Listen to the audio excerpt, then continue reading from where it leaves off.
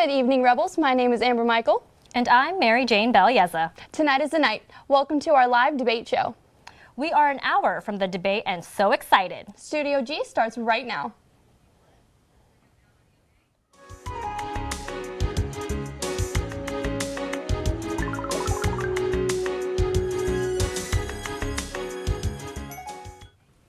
Here's a live shot from Spin Alley. We will be bringing you exclusives straight from there.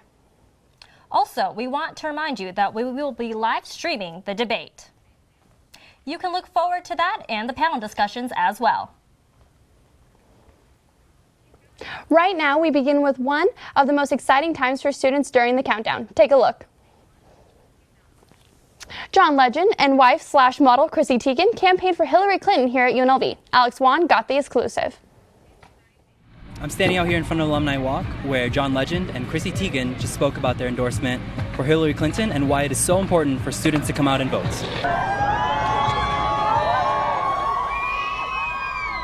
When asked about the candidates, the couple spoke on why Donald Trump is unfit for president and joked about what they plan on doing if he gets elected. We should probably move out of the country if he gets elected. No, people joke about that. I've joked about it before, and I didn't realize how silly that was before. Yeah. Remember when Sarah Palin was the big joke, and that was laughable. This is not funny this year to us, and we take it very seriously, and we take him very seriously, and everyone else should too, because he believes these issues, and he believes in everything he says. All this anger he tweets every single day. We're tired of it. He's unstable, he's thin-skinned, and he's unqualified to be president. Bernie or bust? The couple also had a message for Bernie supporters and why it is so important to vote for Hillary.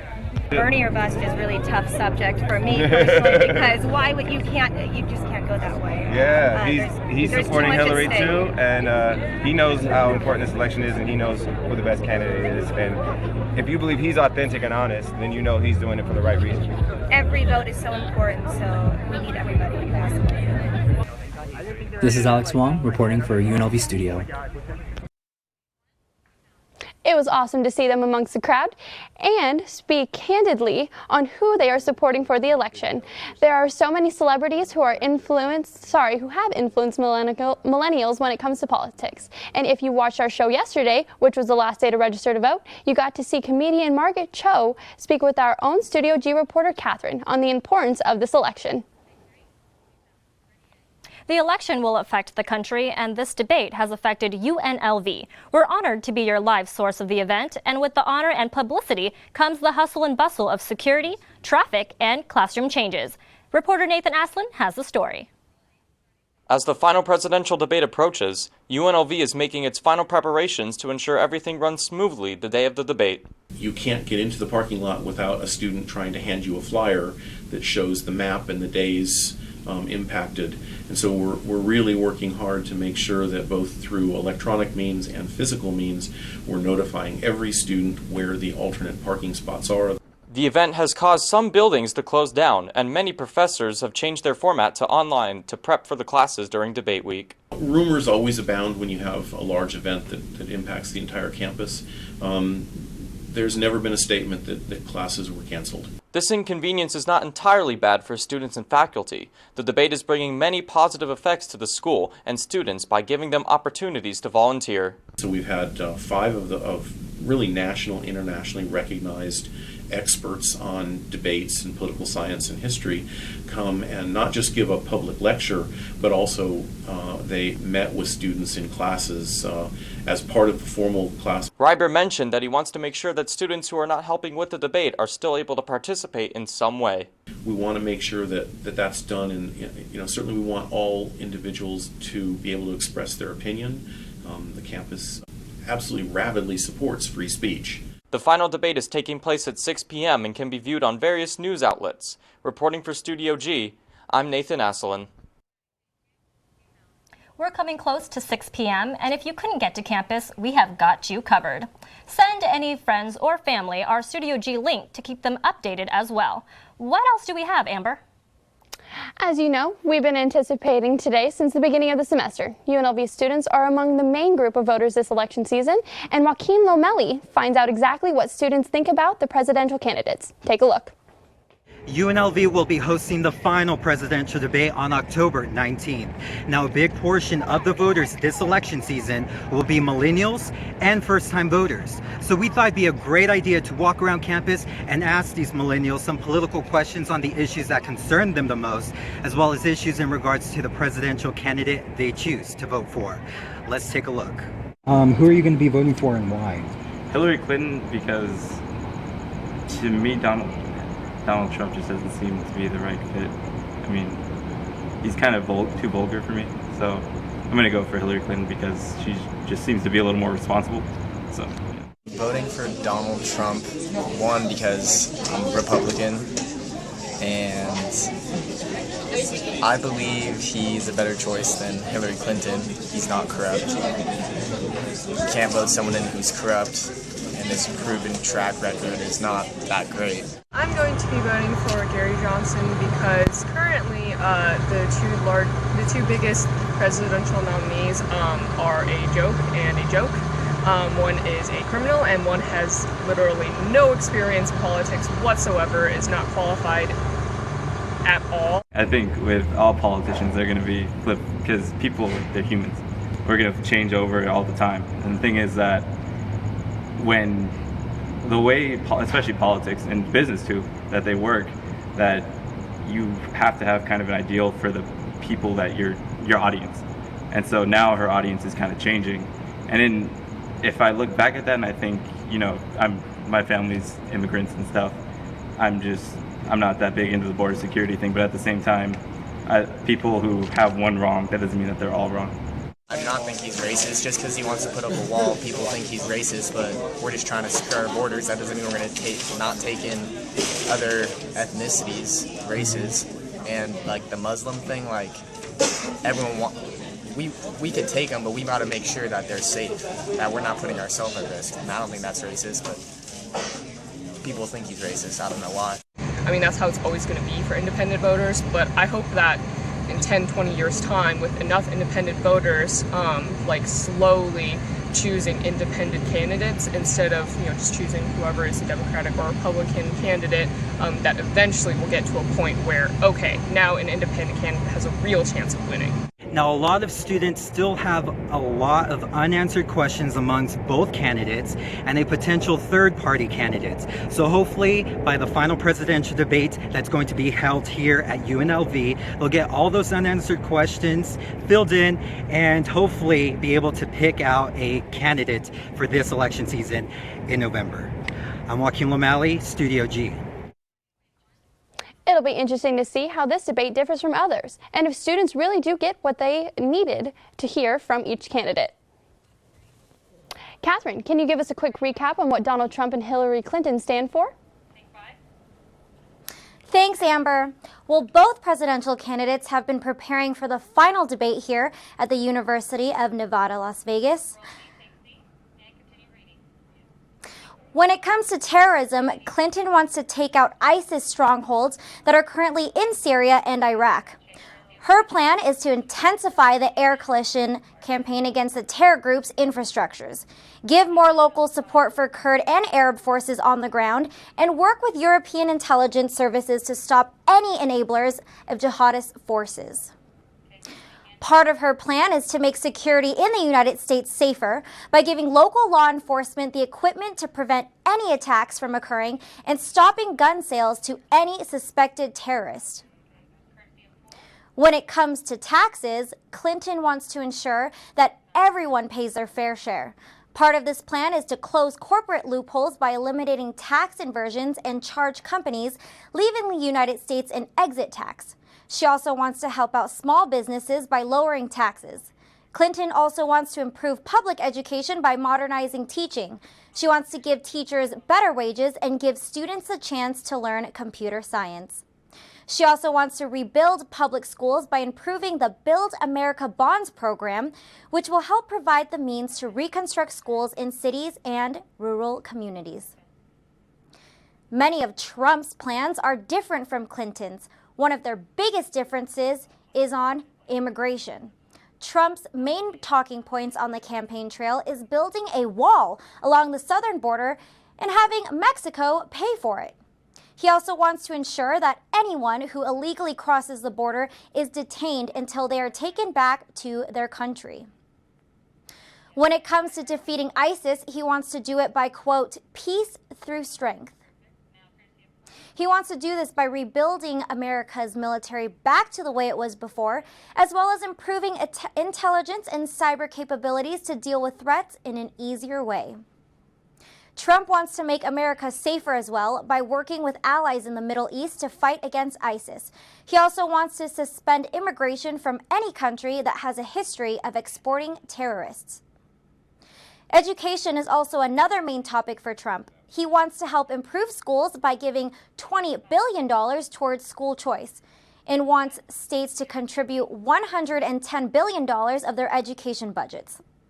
Trump also wants to reduce the education for students. His plan is to make sure colleges are trying to decrease the amount of debt and wants to make it easier to get into 2- and 4-year college institutions. Stay tuned because tonight the candidates go head-to-head again for the final presidential debate. I'm Catherine Ho. Back to you in the studio. Thank you, Catherine. We now want to check in with our anchors over at Spin Alley. Hey guys, how's it going over there? Hi, Mary Jane. I'm Karina Perez. And I'm Ria Lockenlally. We are here in Spin Alley right now, just less than an hour away before Donald Trump and Hillary Clinton face off for the very last time. There are thousands of journalists here from all over the world here just to cover the debate here inside Thomas & Mack. So moments before, we actually had Rudy Giuliani behind us. He was campaigning for Donald Trump. So there's been surrogates from both campaigns here all day doing interviews and getting the word out about their campaigns and their policies and stuff like that.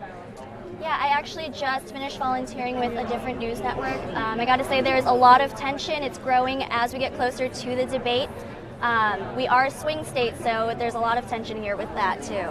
Yeah, so we've gotten interviews from people in Congress, journalists, and volunteers about what their thoughts are that UNLV is hosting the very last debate. It is really important for Nevada since it is a swing state, and also just it brings a lot of attention to UNLV, to our campus, and to Vegas in general. What do you think is going to happen after the debate? Right now, according to a CNN poll, we are currently leaning towards Democrat. Do you think it's going to stay that way? I believe so. I mean, they're both really, like, they have all their surrogates everywhere. They're really, like, just pushing as much coverage as they can. Nevada usually tends to lean Democratic sometimes. Well, we are a swing state, but yeah. Right now, according to the latest poll, we are leaning Democrat. I think it was only by 7% or something like that, 9-7. It was a margin of error, but Donald Trump has to do really well tonight if he wants to pull Nevada. Yeah, so we'll see what happens. it'll definitely be an interesting debate, especially because they both have so many controversies at the moment going on with both of them and stuff like that. So Rudy Giuliani was actually just here moments ago with he's with the Trump campaign, so he's been campaigning with him for a while. Earlier, I actually got an interview with Dina Titus, Congresswoman Dina Titus, who has been a Clinton supporter since she first started campaigning. So it's interesting to see everyone come together and just try to get as much coverage as possible. I know. What do you think is going to come out of the debate tonight? Probably more scandals, to be honest. There's a lot. They're both notorious for just throwing jabs at each other. So it'll be fun to see, especially in a place like Vegas. I hope to see less mudslinging and more talk about policy. So let's hope for that, but you never know. Yeah, so CNN and MSNBC have been all over campus for the past few days. They have gotten a lot of live shots from our campus. They've been interviewing people who have the interview. They interviewed Mark Cuban earlier, so he was actually in Spin, then he went over to CNN, and then they had Rudy Giuliani. There was definitely a lot of tension in the crowd too at the CNN stage. I believe there were some police coming into the crowd because they were fighting. So I don't know how it's going to go tonight. Yeah, so hopefully, what I will say though, tonight it will get crazy inside Spin. So Spin here we have with all the journalists, all the media. We have people from radio, people from TV. So Wolf Blitzer was actually here earlier. And hopefully after the debate, the candidates will come in here. We don't know. It will depend on how things go. So if they do, it is going to be a zoo in here. It already seems pretty crazy, but it'll just get crazier. So behind us, if you could see, we actually have the pins. So that's where they'll be safe behind the fences, but you'll have all the media rushing over to them and try to get as many interviews as possible. And hopefully we get some good interviews in too. Yes. Yeah, we have some good ones so far, so a lot of people have been coming to us asking. Yeah. You guys can also look forward to the Scramble. Some good panelists on there too. But yeah, it looks like everyone is just getting ready here in Spinelli. Yeah, so just a few, maybe less than an hour until the actual debate starts, so that'll be good to see. So I know. So now, after this, we're going to go over to James with the Scramble and see what they have to say about tonight's debate. Back to you, James. Thank you, guys, and keep up the good work over at Spinelli. Now, I'm James Schaefer. Another exciting portion of the show tonight is our panel discussion hosted by UNLV's other student show, The Scramble. I'm your host, and with me are a group of guests that are ready to vocalize what they expect in the debate. We have our political analysts with us today, so let's go ahead and introduce them. First up, we have Blake Johnson, Brendan Salawada, John Pickham, and Marisa Sardi. Let's pour into our first topic. A video from James O'Keefe has surfaced exposing a dark underbelly of the DNC's involvement in sabotage and rigging of Trump and Pence events. The Trump Chicago rally that was disrupted and later shut down is revealed in the video to be because of backroom plans by Hillary Super PAC representatives and willing DNC actors. Let's take a look at one of the clips from the two-part videos. Are they going to go after the facilitator for conspiracy, which they can prove? And it's one thing if all these people drive up in their personal cars. If there's a bus involved, that changes the dynamic. So it's the legality.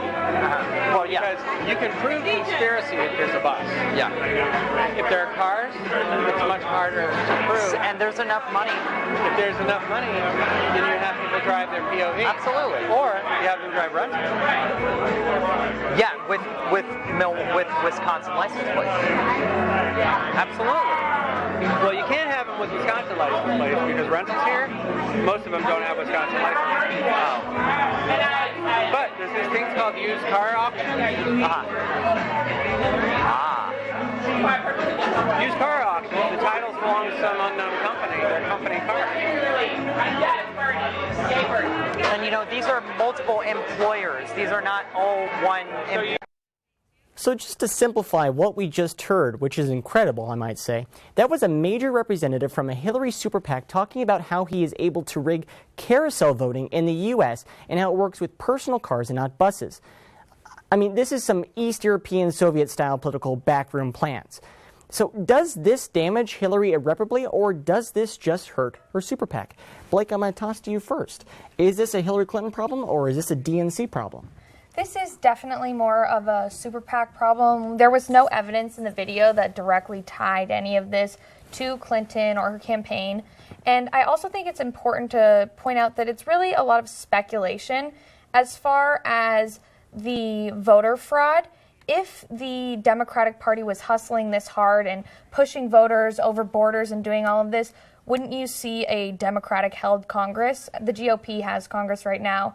Additionally, in order for them to have a significant impact on any kind of popular vote, such as the presidential election, you would need to see them moving millions and millions and millions of people. So I find it highly doubtful that mainstream media wouldn't have picked up on something that big. Well, Brendan, let me ask you then. You were a former Bernie Sanders campaigner. Do you find this to be the exact amount of corruption that we had always heard from Bernie Sanders supporters? It falls in the same arena as the leaks we saw back, I think, the few days before the DNC convention. It's an indictment against, if anything, the DNC. I'm not so much an indictment of her, going off of what Blake said. There's no tissue connecting the two. It looks bad. I mean, on paper. How this plays out, I don't know, but it's not pretty. And it does speak to what Bernie Sanders said, which is that there is a system that's rigged against you. In fact, it speaks to what kind of Trump has been saying, too, about the whole rigged election system. So whether it's true or not, it depends. So, John, let me ask you, does this hurt Hillary in the polls? Or, like we're saying, does this just hurt the DNC? No, I don't think it hurts Hillary at all. I think, if anything, it hurts the DNC. And I think if this really is true, which we need to take with a grain of salt, because we haven't seen any major networks pick it up. We haven't seen any real backlog with this. But if it is true, I think it is startling. It is troubling to know that people are capable of such things. But I don't think it's going to hurt Hillary in the polls. I think most of the people have made up their minds about Hillary Clinton at this point in time. And I think, if anything, it'll hurt down ticket more than I think it'll hurt the general election. Well, John, let me press you on that. One of the highest critiques that we've seen so far of this video is exactly like you said. We haven't seen much media coverage of this. Why do you think that? Do you think it's because it's not established? Do you think it's because it's coming to attack Hillary Clinton? It could be for a variety of reasons. I think mostly just because, probably because it's not established. I think anybody with a video camera and editing skills can throw something up on the internet. So I think a lot of the major networks probably have to look and see really what this entails before they run anything like that. And that's why I think most of the major sources haven't picked it up yet. Well then, Marisa, I'm going to put this last question to you on this topic. Do you think that this is going to play a factor in polls? I mean, polling is already kind of sketchy as is, but do you think we will see some real numbers that will show a decrease for Hillary Clinton because of this video? I don't think so. Like John had said, there's no context to what was happening. We don't know what was said before or after, and poor editing skills. And I think people who are going to vote for Hillary Clinton are going to pull that argument out, and people who don't like her are going to say that it's a true video.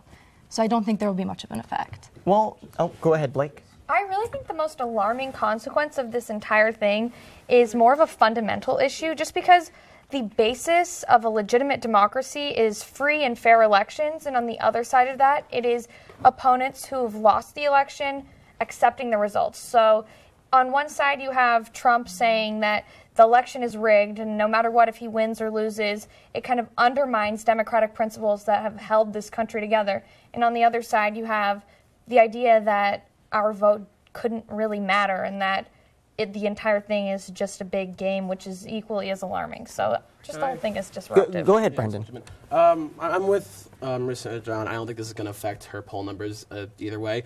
I'm actually more worried about the polls themselves, because I remember back in June when they had Brexit, and the polls said no one was going to leave that, and then we woke up the next day and that had happened. So I'm worried about the polls. That being said, I'm also cautiously optimistic that it's going more in her direction, but it's not going to matter anyway at this point. Well, then let's go to the actual debate then, from the videos surrounding it.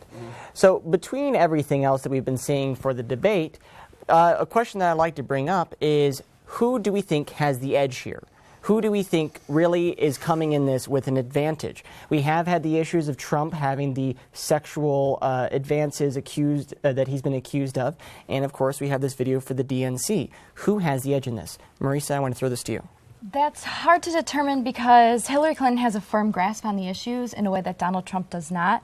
But at the same time, the Republican Party is against Donald Trump, and that seems to be where he's most comfortable, being against everyone. And so it's hard to know. As long as Hillary Clinton does not go for the personal digs and bait him, then she will definitely have the edge in this. Then I'm going to toss it to John then, yes. Yeah, So, I completely agree with that. I think that as long as, so to say, this debate is a kind of a whitewash where nobody wins, I think Hillary Clinton comes out the winner. I think Trump comes out the loser.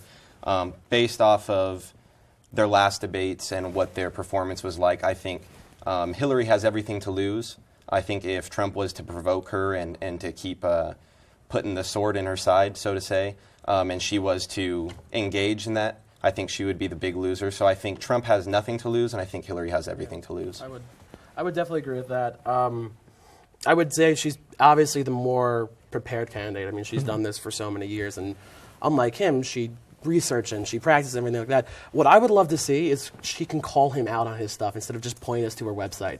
That drives me crazy when she does that. I want to see her go and say, you're lying. That is straight up a lie what you're saying, and it's untrue, and you're misleading the American people. Well, I think, yeah, I think a lot of Americans would like to see that, but I think it would play into Trump's strategy. I think if that was to go on, I think people would look at her and think, oh, well, is she being baited? Is she taking the bait? How is she reacting to this, and why is she being so aggressive? And I think then people would say, oh, whoa, whoa, whoa, all people would have to do is sit there and provoke her. And what if a foreign leader did something like that? How is she going to respond? And I think that's why she kind of is cool, calm, collected, and says, just go to my website, look up the real facts. Right, Blake, I'm going to give Blake a chance to talk here. She hasn't engaged him in the way that he has wanted to, so it works for her.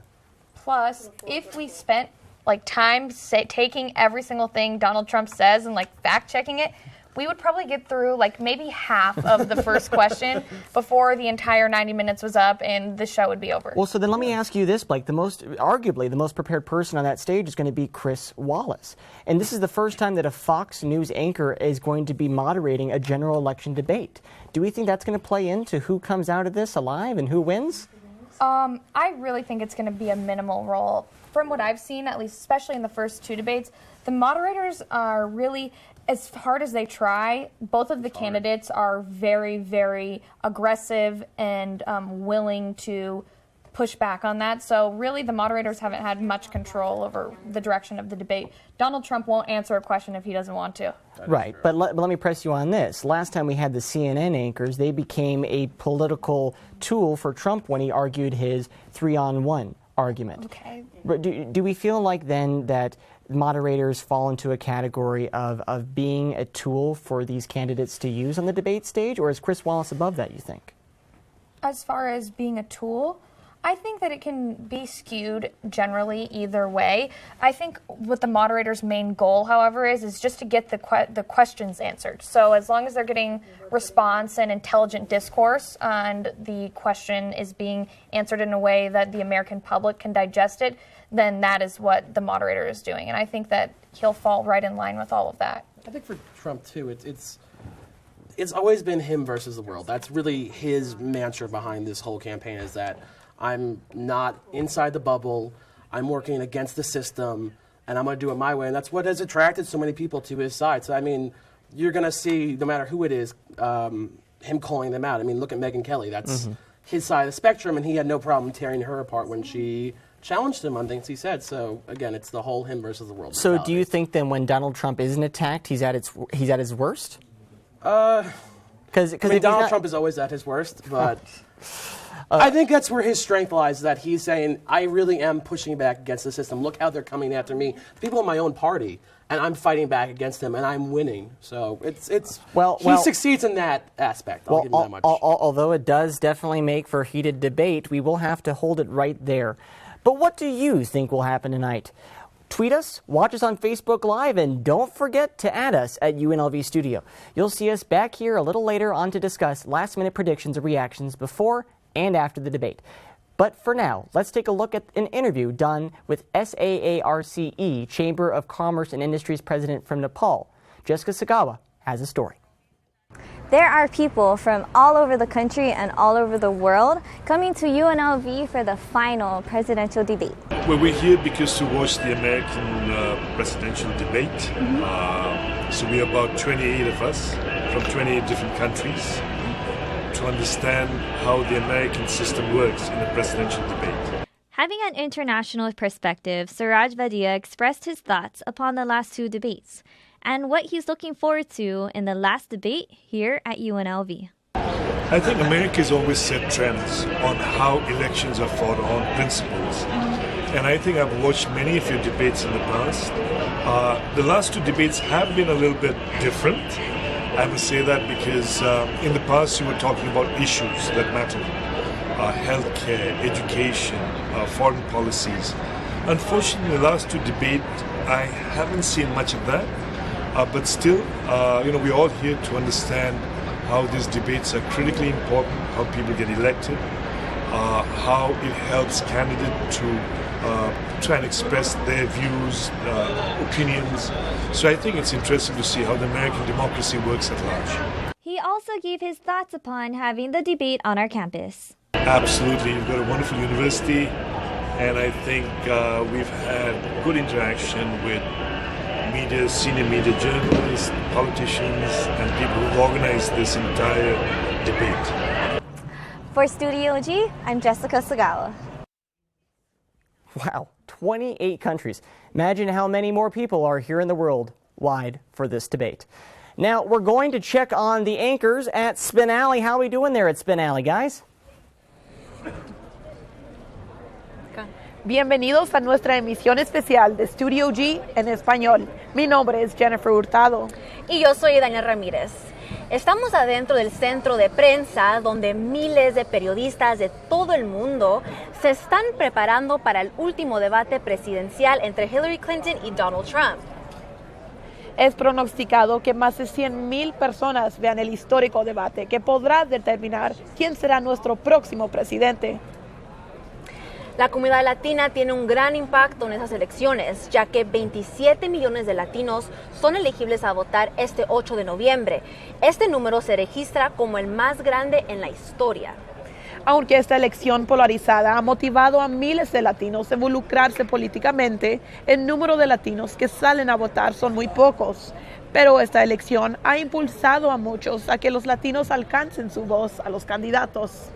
Pero ¿sabes qué? Fíjate, Jennifer, que aunque la comunidad latina tiene una gran presencia en esas elecciones, no se siente esa presencia grande aquí en Spin Alley y no hay muchos medios de comunicaciones en español. Y es muy interesante porque me imagino que debe de haber, ya que tiene una gran presencia en las elecciones. Claro, pero tienes razón, Idania. Se nos hizo muy difícil más temprano buscar a alguien que entrevistar para nuestro show, para traerles a ustedes. Pero como latinas le traemos un noticiero en español para demostrar la presencia latina que traemos en español. Bueno, bienvenidos a Studio G en español y estamos regresando con ustedes en el estudio.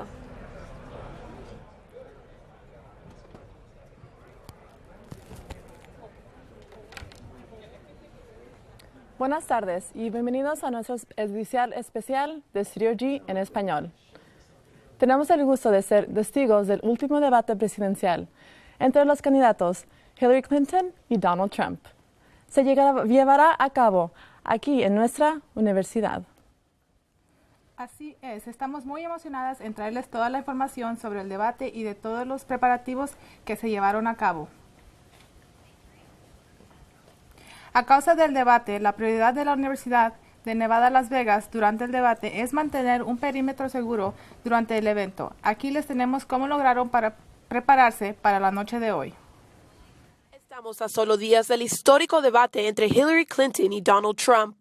Ya está casi todo listo para el tercer y último debate presidencial y mientras se afinan los últimos detalles, el tema de seguridad está sin duda entre las prioridades. Mira, básicamente estamos trabajando con otros departamentos aquí en Nevada, incluyendo Nevada Highway Patrol, Henderson, North Las Vegas, para asegurar a la comunidad durante este evento. Esperamos más de 1,000 oficiales que estarán trabajando este evento en uniforme y además encubierto. Es decir, sobre todo la seguridad de todos es número uno para nosotros. Miles de agentes de policía y guardias de seguridad estarán presentes en la universidad en el día del debate. El Departamento de Policía de la universidad se asoció con departamentos de policía locales, el FBI y el Servicio Secreto para proporcionar la mejor seguridad posible para este evento. También el perímetro del centro Thomas E. Mack es bloqueado por barreras. Muy seguro, porque tienen mucho fence que está, como quien dice, tapando todos los entries para que no entre ningún extraño, solo con permiso y con badges, con los securities. Y se espera que estas fuertes medidas de seguridad estén vigentes hasta el próximo jueves. Les recordamos que también se prevén varios cierres intermitentes calles, por lo que las autoridades le piden tanto a estudiantes y asistentes al debate tomar sus debidas precauciones. Para Studio G en español, Jennifer Hurtado. Así es, como lo escucharon, busquen rutas alternas, ya que varias calles alrededor de la universidad estarán cerradas debido al debate por razones de seguridad. La generación que está causando mucho ruido en las redes sociales es la generación del milenio. Tienen un impacto grandioso en estas elecciones. Vemos cómo. Hillary Clinton y Donald Trump, dos candidatos que requieren de votos de una población en especial que les puede dar la presidencia. Es el voto latino.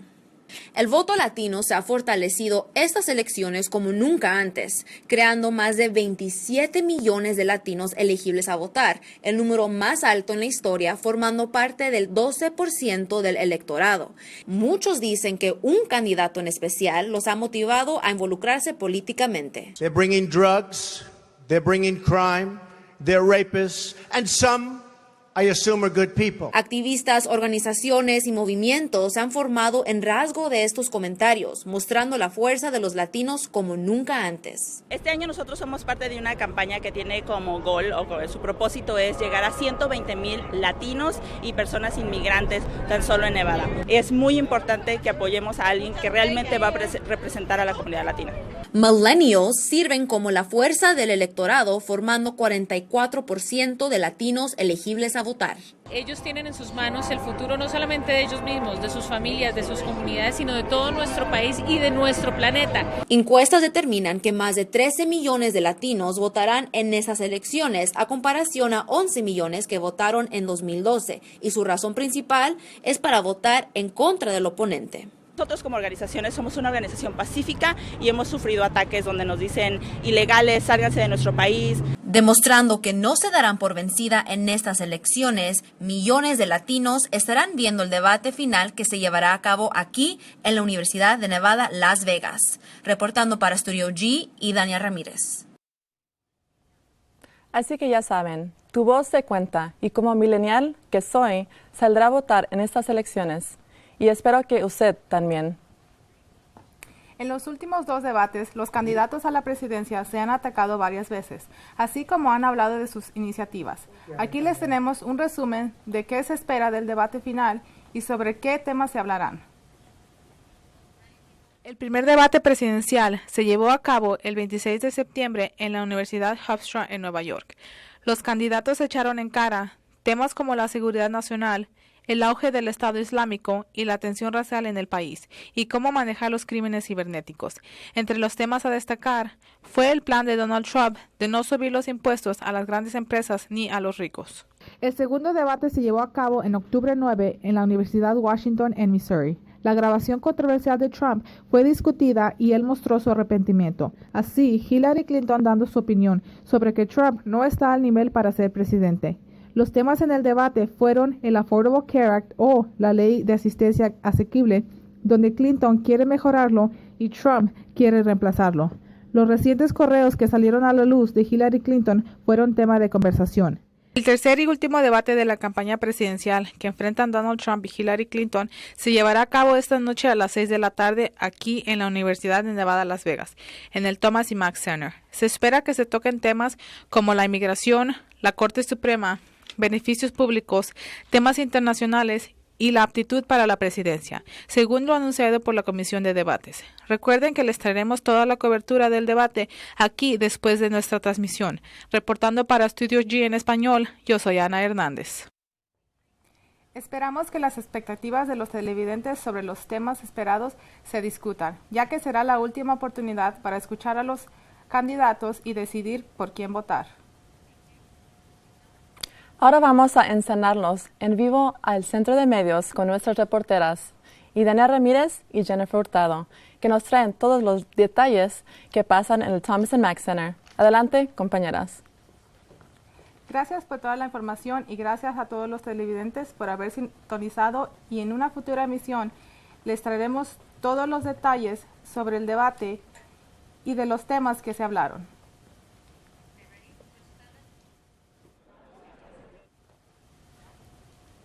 Yo soy Ana Hernández. Y yo soy Sandy Julián. Hasta pronto. Thanks, guys. We just hit the 20-minute mark, and we can really start to see the tension build behind me. There is a lot of excitement here in Spin Alley. We aren't sure what to expect from Clinton and Trump tonight, but we do know that there will be nearly 100 million viewers watching. One of them is with me now. Randy Dexter is a UNLV student and veteran who helped put this historic night for us together. Hi, Randy. How are you? I'm excellent right now. This has been a surreal experience. I'm sure. So you've been here since Sunday helping out. How are you feeling seeing everything finally come together? Well, seeing all of this behind us is just amazing. When we got here Sunday, there was a few trailers, and we helped put the game day set up at CNN and kind of watch it come together. And sitting and seeing Anderson Cooper and all the other hosts for CNN working there tonight was just, it's makes me full of pride and just so honored that I could be a part of this. I know. So whose network are you working with? I am working thankfully with CNN. It's just been a great experience. I've been to the CNN building in Atlanta. When I was deployed to Iraq, I got to watch a lot of CNN because there wasn't many other options. So to see these faces that I've seen on TV for a long time and admire face to face has just been an experience I'll cherish for the rest of my life, for sure. I'm sure. I think we all will. Yeah. Now, as a student veteran, what are you expecting tonight from the debate? Do you think they'll actually touch on policies tonight? I certainly do hope so. As maybe you know, that we just started an offensive into Mosul. There are many American boots on ground. I myself spent 2.5 years in Iraq. I suffer from severe PTSD because of it, a traumatic brain injury, and I have a service dog with me that I go with every day because of it. I know firsthand what the position of commander-in-chief can do, how it affects individuals. So tonight it would be nice if they actually talk some policies and see how they would do things. And I'm going to be glued to the screen trying to figure out how they handle it tonight. Okay, so where will you be watching? Will you be watching with us tonight?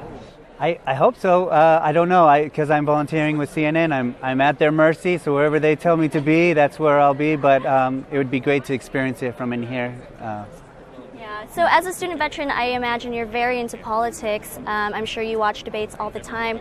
What is it like seeing it here on your home campus? So I am a student veteran, but I'm also a homegrown Vegas boy. I joined the military shortly after 9/11. I joined, and I've been gone for a long time. I only recently moved back in June. So to watch this university grow, the city grow, to have this experience here in my home place at the university that I've loved and cherished since I was a little boy is so amazing to me, and I am so honored that I'm a part of it. Like it's so surreal. Last night, I'm also a father, so I have little kids. I got to bring my little girls to the CNN game day and to watch their faces and be able to take pictures with them and see their eyes glow and expand. It's been an amazing experience, something that I'll cherish for the rest of my life, for sure. I bet. So millennials are notorious for not being politically involved. With the debate coming to campus, do you think your little girls will be more politically involved getting to see it live last night? Yeah, I hope so. If it's not because of the debate, it will definitely be because of me. I've competed on debate teams myself. I was actually on the UNLV debate team, but it is very time intensive. So tonight I'm definitely going to be looking at it not only from a veteran perspective, but also as a competitive debater. And I will be critiquing and just very fascinated in how they handle things. But my kids will definitely, my son is 15, he's on the debate team, so I know hopefully he's watching tonight as well. But yeah, my kids will definitely be involved. I hope. So this debate is bringing a ton of attention to UNLV. Do you think we'll see anything with enrollment? Will your kids be planning to come over here? I hope so. I did an interview with Dr. Jake Thompson, who is the director of the debate team here at UNLV, and he's one of the lucky people who helped bring this to UNLV. And he was telling me that when it comes to advertising, a prior university that did it saw $56 million in advertising benefits before that, and UNLV has probably surpassed that already. I know, being a Vegas boy, that my kids bleed red and scarlet and gray, so who knows, maybe they will be. It would be awesome if they did. And I know it'll be an even better university because of this when they go than it is now. So we do have one question left before we run out of time. What kind of changes do you think we'll see at UNLV after this debate? Oh man, that's a good question. Obviously, a higher enrollment, more funding for programs that will promote research, student activities. I mean, the possibilities, I think, are endless, and not just for the university, but also for the city itself. And it's exciting. It's really exciting. So thank you so much, Randy, for all your help and for joining us today. All right, so let's see what's going on back in the studio with James at the Scramble. Okay. And we're back. Thank you, Rio. Always getting the amazing interviews. Now you're back with English programming, or better yet, the Scramble. I'm still sitting with my friends from that Scramble. So I'm going to ask you guys, What do you guys think is going to happen shortly at the debate? What zingers, what do you think we have in store? John, I'm going to ask you, what do you think we have in store for the debate? I think it's going to be a lot like the first two that we've had. I think that Donald Trump will come out kind of swinging. I think he'll show his more aggressive side. I think Hillary Clinton will, of course, have to play the defensive. I don't think we're going to hear much about policy, unlike we have in the past too, how unfortunate that is. But I think it's going to be most about just he said, she said, email scandal, different videos that have popped up. I don't see this debate being a lot about policy. Right. Well, on that topic, very important question, really the question of the debate, if I may, are we going to see Ken Bone? That is the question That of the is century. the question. And I hope that he is there. I hope that one of the candidates invited him back. Well, he is here. He's here. Oh, he's here? Well, he's on campus. Okay. Well, Is he wearing his red sweater? I'm sure. Was he really? Well, speaking of being on campus, let's have a little bit more of a softer question and talk about the parking here on campus. I mean, it has been a complete mess, and people that do have credentials are parking in the black and white lot. But for the rest of us, I want to ask you, Brendan, how's parking been for you, and how's traffic been? I live on campus, so I don't have this problem. Oh, well, that's nice for you. I mean, I do have a job off campus, so I've been going to the job, but it wasn't a problem to get back on and off. But I mean, I stopped leaving yesterday night, so I can't speak for today. Well, then, but I know my roommate had problems getting back on campus because they're very strict with letting people on campus because of the debate. Well, Blake, let me ask you, traffic situations here on campus, is campus security doing a good job? Are they keeping people out of parking spots that shouldn't be there? I mean, they're keeping people out of the parking spots, out of all the parking spots. The only qualm that I had is I wish they would have warned us earlier, because last Monday they had all of the Thomas and Mack pretty much already blocked off, and I thought that wasn't supposed to start until Friday, so I was a little bit late. So let's go from that. Let's go from the trafficking here on campus to the trafficking of guns. Initiative number 1. Marisa, I'm going to ask you, this is a gun control question in a state that is traditionally, we are a swing state, but we are more traditionally conservative, at least for northern Nevada and central Nevada. Do you think a question like this will pass in a state like this? I truly hope so. I feel like it's a step in the right direction. People should be concerned about public safety and gun violence. It's a real issue in America, and I think that this policy is a good step forward. Then, John, I'm going to ask you, do you think that issues that have risen from the opposition, like Michael Bloomberg's $5 million investment in the program for pro-gun control, questions about whether this is going to be reserving the rights of family members passing off family heirlooms of guns, and the whole question of this, will this be keeping good guys with guns from getting guns and bad guys with guns just more of an opportunity to get them?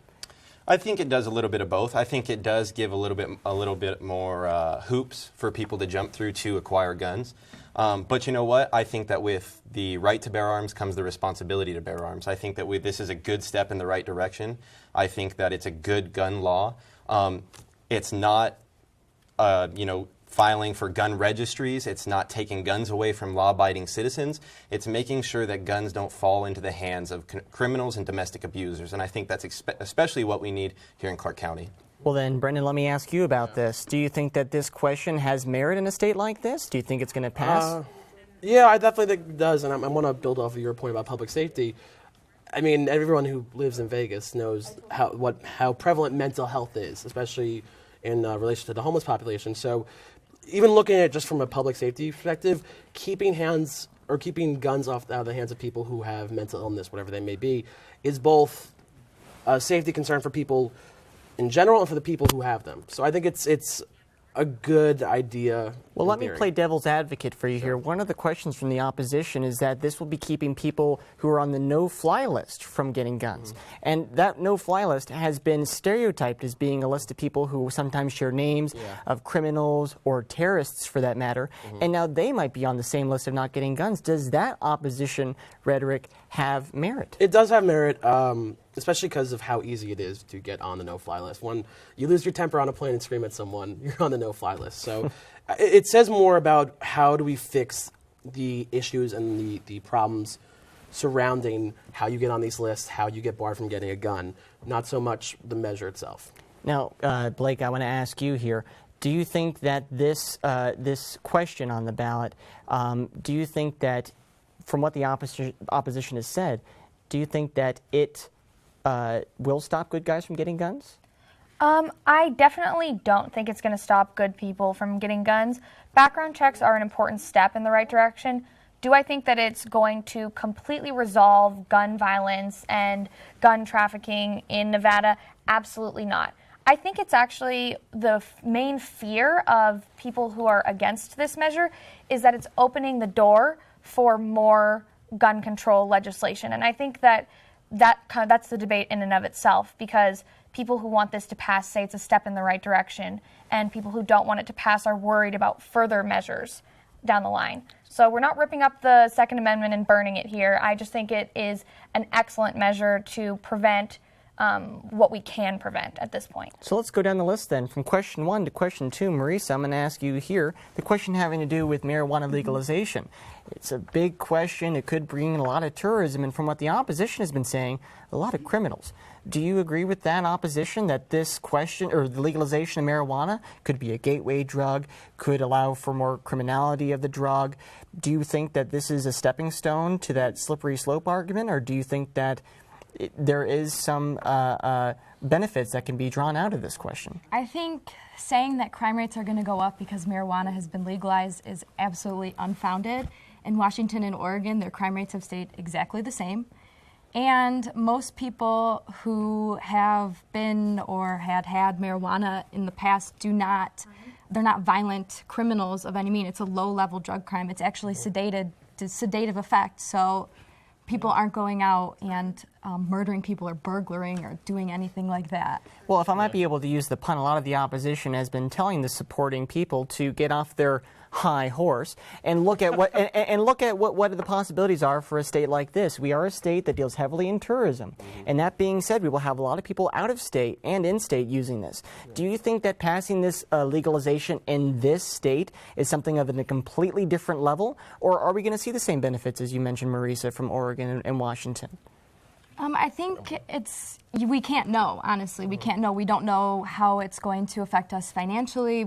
It's unknown at this point. I mean, Denver did get more, Colorado did get more tourism, and they did get more money from that.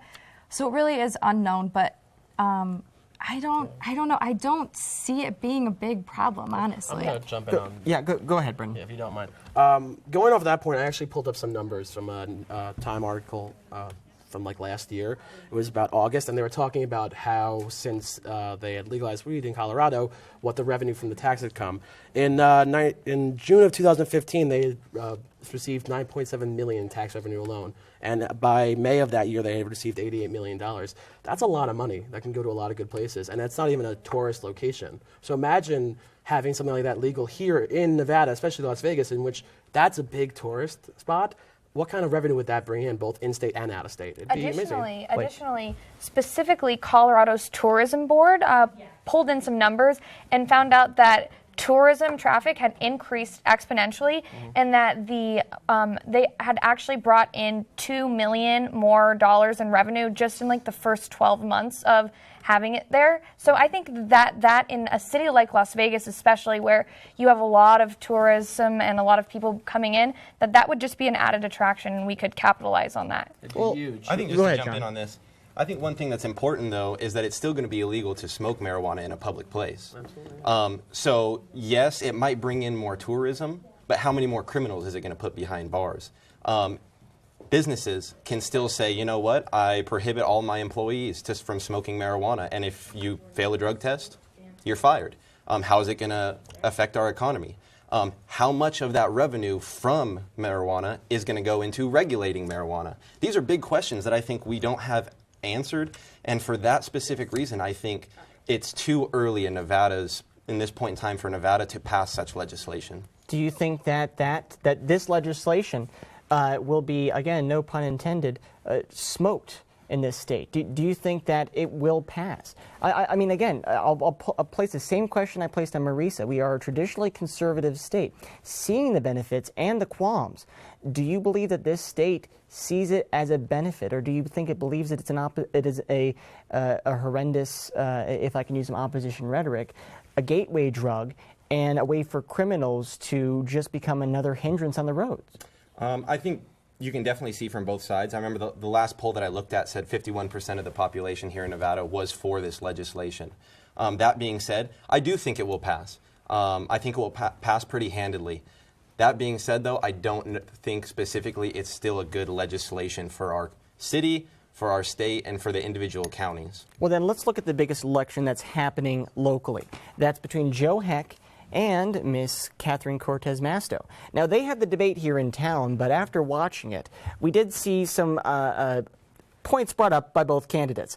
Most importantly, and the one that was highlighted the most, at least on social media, was Joe Heck's found opposition against Donald Trump. Not opposition as much as pulling away support from him at one of his rallies. But nonetheless, the video that we saw was, we saw a woman who was underneath a boom mic yelling and screaming loud enough that she overdid Joe Heck so that he couldn't even talk about how he was going to drop him. So, I mean, do we think that this is a good move by Joe Heck in the long run? Go ahead, Brendan. It's saving face at a time at which it's too late. He made his bed when he decided to support Trump. He had all these different months where Trump said, insulted the wife of or the mother of a fallen star veteran. He questioned the integrity of a judge because of his ethnicity. He had all these different moments in which Trump said these horrible things, and it's too little, too late. And now you've made the bed, you sowed what you reaped, and it's bad for him. So then, Blake, it's too late. I'm going to give you an opportunity to touch on this. Do you think that this has hurt Joe Heck? Do you think that this will be the defining factor in our local elections about whether he loses or not? I definitely don't think it's going to be that big of a role. I think that with the polls showing that Donald Trump doesn't have a huge chance of winning and the rest of the Republican Party really taking a step back from him, he's diving off the Titanic right now. He's not trying to go down with that sinking ship. He's trying to save his political career. I think, if anything, after this upcoming election, that it might actually serve to benefit him in his political future. So, John, I'm going to have you the last word on this. Do you think that this hurt Joe Heck? Do you think that his chances are changed because of it? I don't think that this hurts Joe Heck. I think what hurts Joe Heck is Donald Trump's presidency. I think that's when people go to the polls, whether he publicly announced that he supported him and then withdrew his support, I think that no matter what, when people go to the polls, they're going to see an R next to both of their names and they're going to associate both together. Well, I think Joe Heck's name fits in properly because I think we're just going to see what the heck is going on with the debate, right? The debate is live in 3 minutes, and we're not the only ones gearing up to watch the action. We caught up with Frank Fahrenkopf, the co-chairman of the Commission on Presidential Debates. Take a look. Do you think there'd be a chance for third-party candidates to be represented in both the commission and in 2020 debates? Well, we have the same rule the League of Women Voters had when they ran the debates. And back in 1980, there was a third-party candidate named John Anderson. When the first debate rolled around, he was at 17%. He accepted the invitation to participate. Ronald Reagan accepted. President Jimmy Carter said, I'm not going. He refused to debate with a third-party candidate. We invited a third-party candidate in 1992. Ross Perot participated in our debates. But the 15% rule still is in existence that was used by the League of Women Voters back when. If you're a month out from the campaign and you're not at 15% in the polls, do you really have a realistic chance to be elected president? I know you had a great influence in UNLV being chosen as the university to host the debate. Why UNLV? Well, I'm a Nevadan. I grew up in Reno. I went to Reno High School, went to University of Nevada, Reno. I went away to law school at Berkeley and then came back and practiced law for 18 years in Reno before Ronald Reagan called me back to Washington to head the Republican Party. And so we've been doing the debates since 1988, started in 88. Paul Kirk and I, the chairman of the Democratic Party at the time, we created the commission back then. And I've always wanted to have a debate in my home state of Nevada. If UNLV is a success, can we expect future debates held here as well? That's a very good question. Actually, every school that's held a debate wants another one because of what the great publicity that the school got.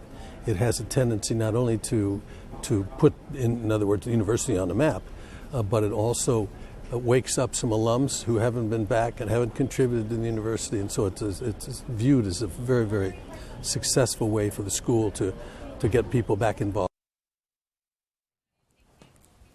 The energy is undeniable, and we are only minutes away from hearing both candidates. It's been a long time coming, and after so many debates and after all the preparation, it's about to begin. Thanks for watching it here.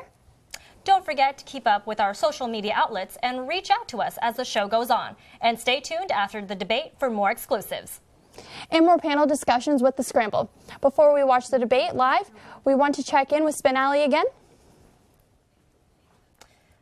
Hi there, this is Brianna Haney. And Rhea Lockenlolly. We're over here in Spin Alley. And we are listening to Chris Wallace describe the rules for the debate right now. Everyone's really excited.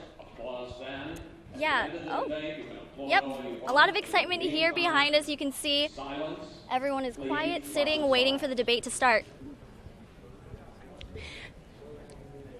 It's completely silent in the auditorium right now. It looks like it's about to start. Now they are showing former President Bill Clinton and his daughter. I think it's about to begin. What do you think? Do you think it's going to be good? I hope so. I'm not sure what to expect because it is the last time we hear from them before we go to vote. Early voting does start soon, so they've got to do a lot of work tonight, especially in the swing state. So. Definitely, I agree. But I do think it's going to be, just like the other debates, it's going to be pretty wild. It's quiet in here. It sure is. So we're going to head back to you. We're going to go to the live feed from C-SPAN right now. The debate's about to begin.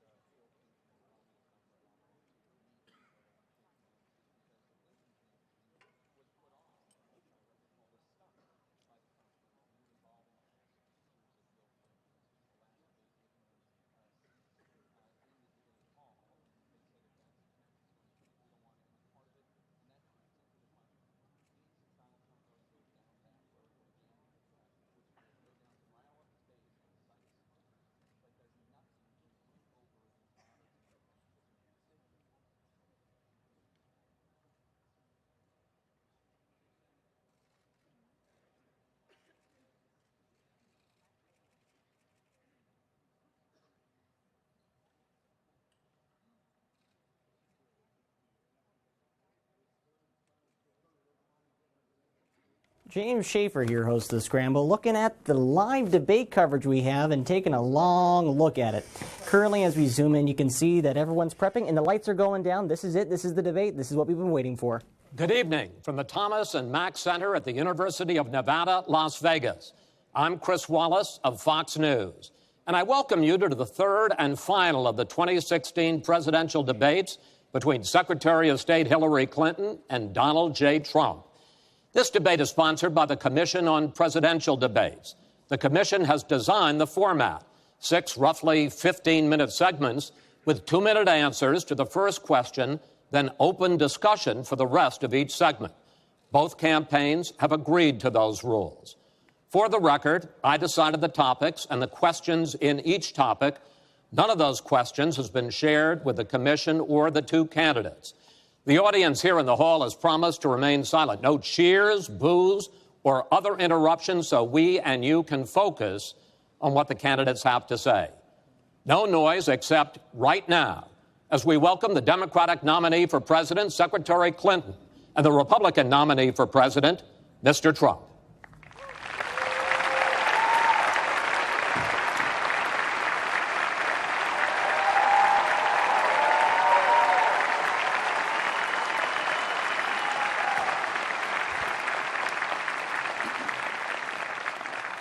Secretary Clinton, Mr. Trump, welcome. Let's get right to it. The first topic is the Supreme Court. You both talked briefly about the court in the last debate, but I want to drill down on this because the next president will almost certainly have at least one appointment and likely or possibly 2 or 3 appointments, which means that you will, in effect, determine the balance of the court for what could be the next quarter century. First of all, where do you want to see the court take the country? And secondly, what's your view on how the Constitution should be interpreted? Do the founders' words mean what they say, or is it a living document to be applied flexibly according to changing circumstances? In this segment, Secretary Clinton, you go first. You have 2 minutes. Thank you very much, Chris, and thanks to UNLV for hosting us. You know, I think when we talk about the Supreme Court, it really raises the central issue in this election. Namely, what kind of country are we going to be? What kind of opportunities will we provide for our citizens? What kind of rights will Americans have? And I feel strongly that the Supreme Court needs to stand on the side of the American people, not on the side of the powerful, corporations, and the wealthy.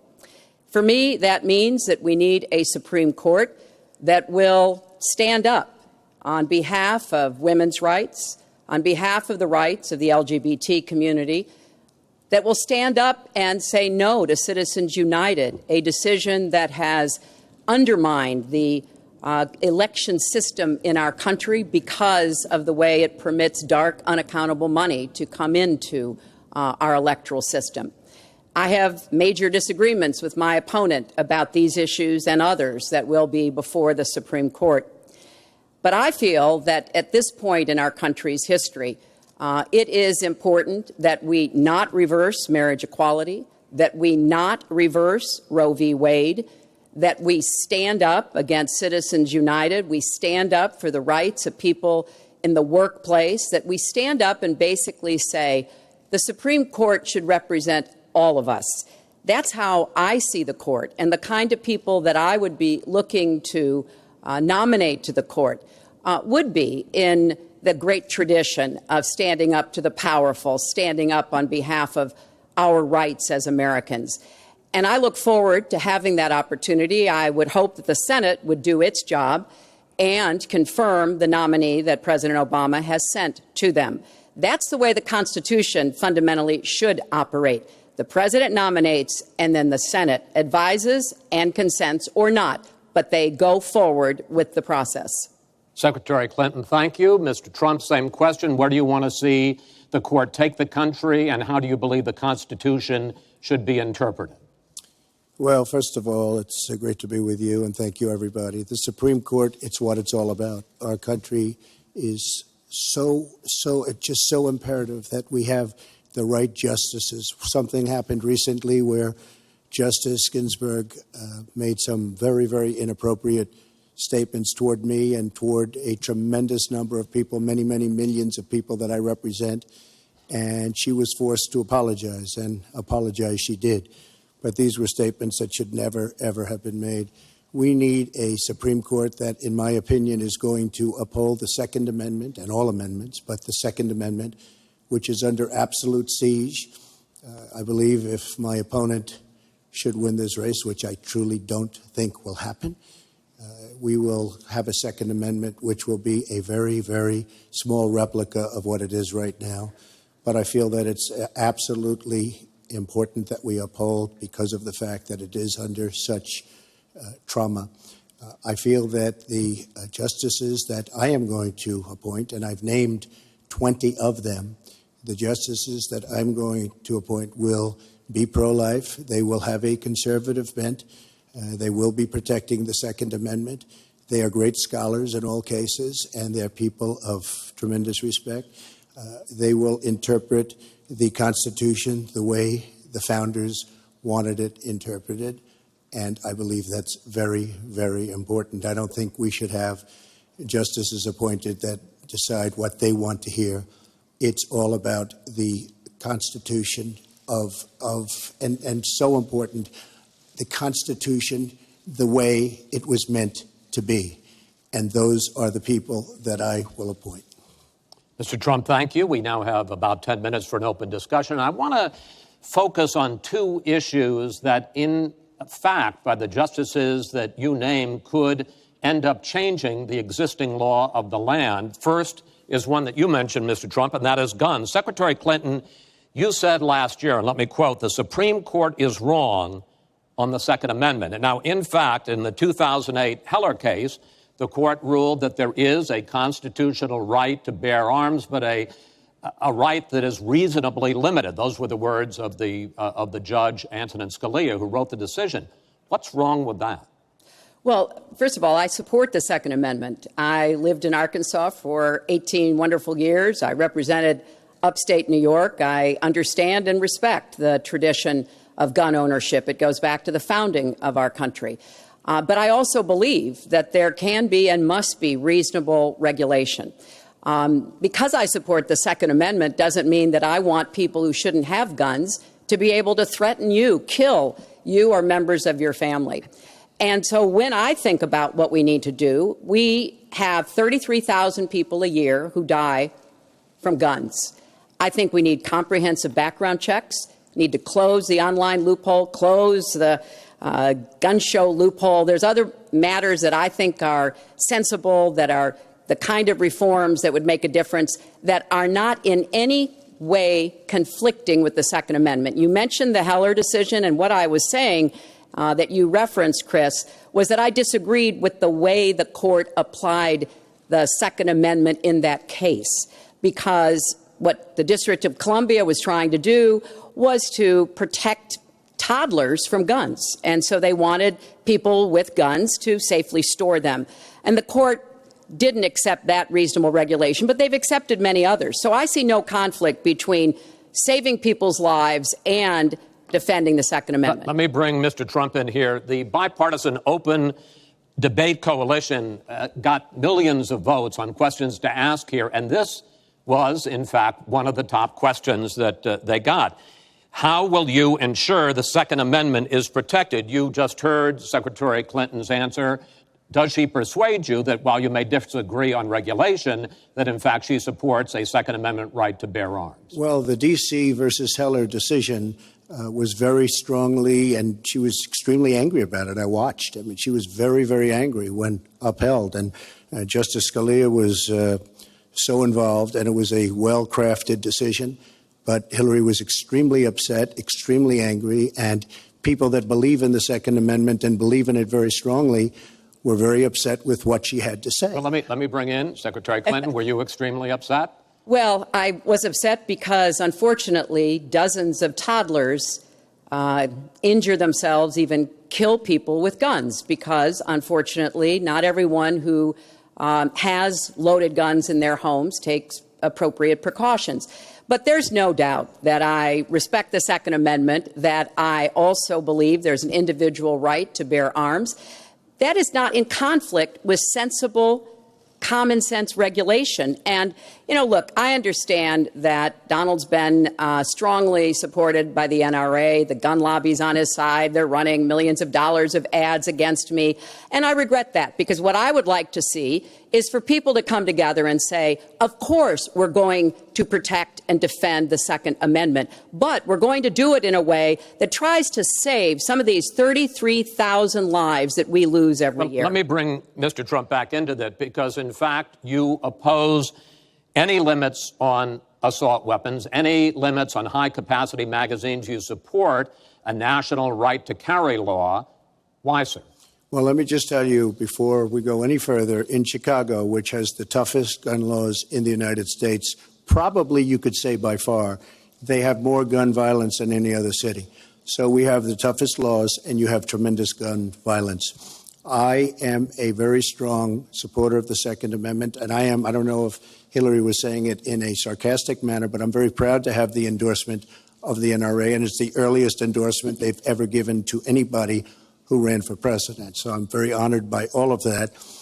We are going to appoint justices. This is the best way to help the Second Amendment. We are going to appoint justices that will feel very strongly about the Second Amendment, that will not do damage to the Second Amendment. Well, let's pick up on another issue which divides you and the justices that whoever ends up winning this election appoints could have a dramatic effect there, and that's the issue of abortion. Right. Mr. Trump, you're pro-life, but I want to ask you specifically, do you want the court, including the justices that you will name, to overturn Roe v. Wade, which includes, in fact, states a woman's right to abortion? Well, if that would happen, because I am pro-life and I will be appointing pro-life judges, I would think that will go back to the individual states. But I'm asking you specifically, would you like to... If they overturned it, it'll go back to the states. But what I'm asking you, sir, is do you want to see the court overturn? You just said you want to see the court protect the Second Amendment. Do you want to see the court overturn Roe v. Wade? Well, if we put another 2 or perhaps 3 justices on, that's really what's going to be, that will happen. And that'll happen automatically, in my opinion, because I am putting pro-life justices on the court. I will say this, it will go back to the states, and the states will then make a determination. Secretary Clinton. Well, I strongly support Roe v. Wade, which guarantees a constitutional right to a woman to make the most intimate, most difficult in many cases, decisions about her health care that one can imagine. And in this case, it's not only about Roe v. Wade. It is about what's happening right now in America. So many states are putting very stringent regulations on women that block them from exercising that choice, to the extent that they are defunding Planned Parenthood, which, of course, provides all kinds of cancer screenings and other benefits for women in our country. Donald has said he's in favor of defunding Planned Parenthood. He even supported shutting the government down to defund Planned Parenthood.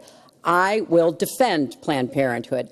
I will defend Roe v. Wade, and I will defend women's rights to make their own health care decisions. And we have come too far to have that turn back now. And indeed, he said women should be punished, that there should be some form of punishment for women who obtain abortions. And I could just not be more opposed to that kind of thinking. I'm going to give you a chance to respond, but I want to ask you, Secretary Clinton, I want to explore how far you believe the right to abortion goes. You have been quoted as saying that the fetus has no constitutional rights.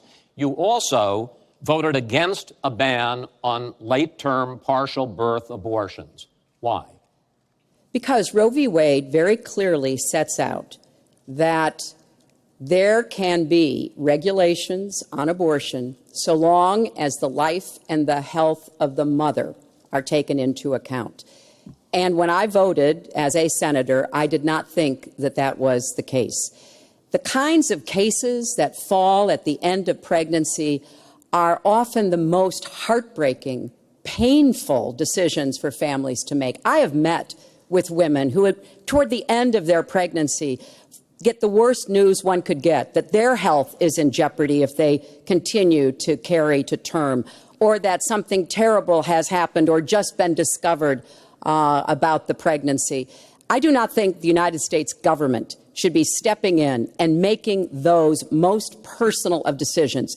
So you can regulate, if you are doing so, with the life and the health of the mother taken into account. Mr. Trump, your reaction, and particularly on this issue of late-term partial birth abortion. Well, I think it's terrible. If you go with what Hillary is saying, in the 9th month, you can take the baby and rip the baby out of the womb of the mother just prior to the birth of the baby. Now, you can say that that's okay, and Hillary can say that that's okay, but it's not okay with me.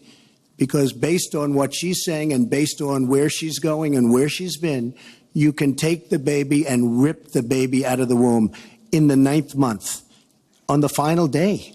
And that's not acceptable. Well, that is not what happens in these cases. And using that kind of scare rhetoric is just terribly unfortunate. You should meet with some of the women that I've met with, women I've known over the course of my life. This is one of the worst possible choices that any woman and her family has to make. And I do not believe the government should be making it. You know, I've had the great honor of traveling across the world on behalf of our country. I've been to countries where governments either forced women to have abortions like they used to do in China, or forced women to bear children like they used to do in Romania. And I can tell you the government has no business in the decisions that women make with their families in accordance with their faith, with medical advice, and I will stand up for that right. All right. But just briefly, I want to move on to another honestly, segment. Nobody has business doing what I just said, doing that as late as 1 or 2 or 3 or 4 days prior to birth. Nobody has that. All right. Let's move on to the subject of immigration. And there is almost no issue that separates the two of you more than the issue of immigration. Actually, there are a lot of issues that separate the two of you. Mr. Trump, you want to build a wall. Secretary Clinton, you have offered no specific plan for how you want to secure our southern border. Mr. Trump, you are calling for major deportations. Secretary Clinton, you say that within your first 100 days as president, you're going to offer a package that includes a pathway to citizenship. The question really is, why are you right and your opponent wrong? Mr. Trump, you go first in this segment. You have 2 minutes. Well, first of all, she wants to give amnesty, which is a disaster and very unfair to all of the people that are waiting in line for many, many years. We need strong borders. In the audience tonight, we have 4 mothers of, I mean, these are unbelievable people that I've gotten to know over a period of years whose children have been killed, brutally killed by people that came into the country illegally. You have thousands of mothers and fathers and relatives all over the country. They're coming in illegally. Drugs are pouring in through the border. We have no country if we have no border. Hillary wants to give amnesty. She wants to have open borders. The border secure, as you know, the Border Patrol agents, 16,500 plus ICE last week endorsed me. First time they've ever endorsed a candidate. It means their job is tougher, but they know what's going on. They know it better than anybody. They want strong borders. They feel we have to have strong borders. I was up in New Hampshire the other day. The biggest complaint they have, it's with all of the problems going on in the world, many of the problems caused by Hillary Clinton and by Barack Obama, all of the problems, their single biggest problem is heroin that pours across our southern borders, just pouring and destroying their youth. It's poisoning the blood of their youth and plenty of other people. We have to have strong borders. We have to keep the drugs out of our country. Right now, we're getting the drugs, they're getting the cash. We need strong borders. We need we cannot give amnesty. Now, I want to build the wall. We need the wall. The Border Patrol, ICE, they all want the wall. We stop the drugs. We shore up the border. One of my first acts will be to get all of the drug lords, all of the bad ones. We have some bad, bad people in this country that have to go out. We're going to get them out. We're going to secure the border. And once the border is secured, at a later date, we'll make a determination as to the rest. But we have some bad hombres here, and we're going to get them out. Mr. Trump, thank you. Same question to you, Secretary Clinton. Basically, why are you right and Mr. Trump is wrong? Well, as he was talking, I was thinking about a young girl I met here in Las Vegas, Carla, who was very worried that her parents might be deported because she was born in this country, but they were not. They work hard. They do everything they can to give her a good life. And you're right. I don't want to rip families apart. I don't want to be sending parents away from children. I don't want to see the deportation force that Donald has talked about in action in our country. We have 11 million undocumented people. They have 4 million American citizen children, 15 million people. He said as recently as a few weeks ago in Phoenix that every undocumented person would be subject to deportation. Now, here's what that means. It means you would have to have a massive law enforcement presence where law enforcement officers would be going school to school, home to home, business to business, rounding up people who are undocumented. And we would then have to put them on trains, on buses to get them out of our country. I think that is an idea that is not in keeping with who we are as a nation. I think it's an idea that would rip our country apart. I have been for border security for years. I voted for border security in the United States Senate. And my comprehensive immigration reform plan, of course, includes border security. But I want to put our resources where I think they're most needed, getting rid of any violent person, anybody who should be deported, we should deport them. When it comes to the wall that Donald talks about building, he went to Mexico. He had a meeting with the Mexican president, didn't even raise it. He choked. And then got into a Twitter war because the Mexican president said, we're not paying for that wall. So I think we are both a nation of immigrants and we are a nation of laws, and that we can act accordingly. And that's why I'm introducing comprehensive immigration reform within the first 100 days with a path to citizenship. Thank you, Secretary Clinton. I want to follow up. I think I should respond to that. First of all, I had a very good meeting with the president of Mexico, very nice man. We will be doing very much better with Mexico on trade deals, believe me. The NAFTA deal signed by her husband is one of the worst deals ever made of any kind, signed by anybody. It's a disaster. Hillary Clinton wanted the wall. Hillary Clinton fought for the wall in 2006 or thereabouts. Now, she never gets anything done, so naturally the wall wasn't built. But Hillary Clinton wanted the wall. Well, we are a country of laws. And by the way, I'd like to hear from. I'd like to hear from Secretary Clinton. I voted for border security, and there are some limited places where that was appropriate. There also is necessarily going to be new technology and how best to deploy that. But it is clear when you look at what Donald has been proposing. He started his campaign bashing immigrants, calling Mexican immigrants rapists and criminals and drug dealers, that he has a very different view about what we should do to deal with immigrants. Now, what I am also arguing is that bringing undocumented immigrants out from the shadows, putting them into the formal economy will be good, because then employers can't exploit them and undercut Americans' wages. And Donald knows a lot about this. He used undocumented labor to build the Trump Tower. He underpaid undocumented workers, and when they complained, he basically said what a lot of employers do. You complain, I'll get you deported. I want to get everybody out of the shadows, get the economy working, and not let employers like Donald exploit undocumented workers, which hurts them but also hurts American workers. Mr. Trump. President Obama has moved millions of people out. Nobody knows about it. Nobody talks about it. But under Obama, millions of people have been moved out of this country. They've been deported. She doesn't want to say that, but that's what's happened, and that's what's happened big league. As far as moving these people out and moving, we either have a country or we don't. We're a country of laws. We either have a border or we don't. Now, you can come back in and you can become a citizen, but it's very unfair. We have millions of people that did it the right way. They're online. They're waiting. We're going to speed up the process, big league, because it's very inefficient.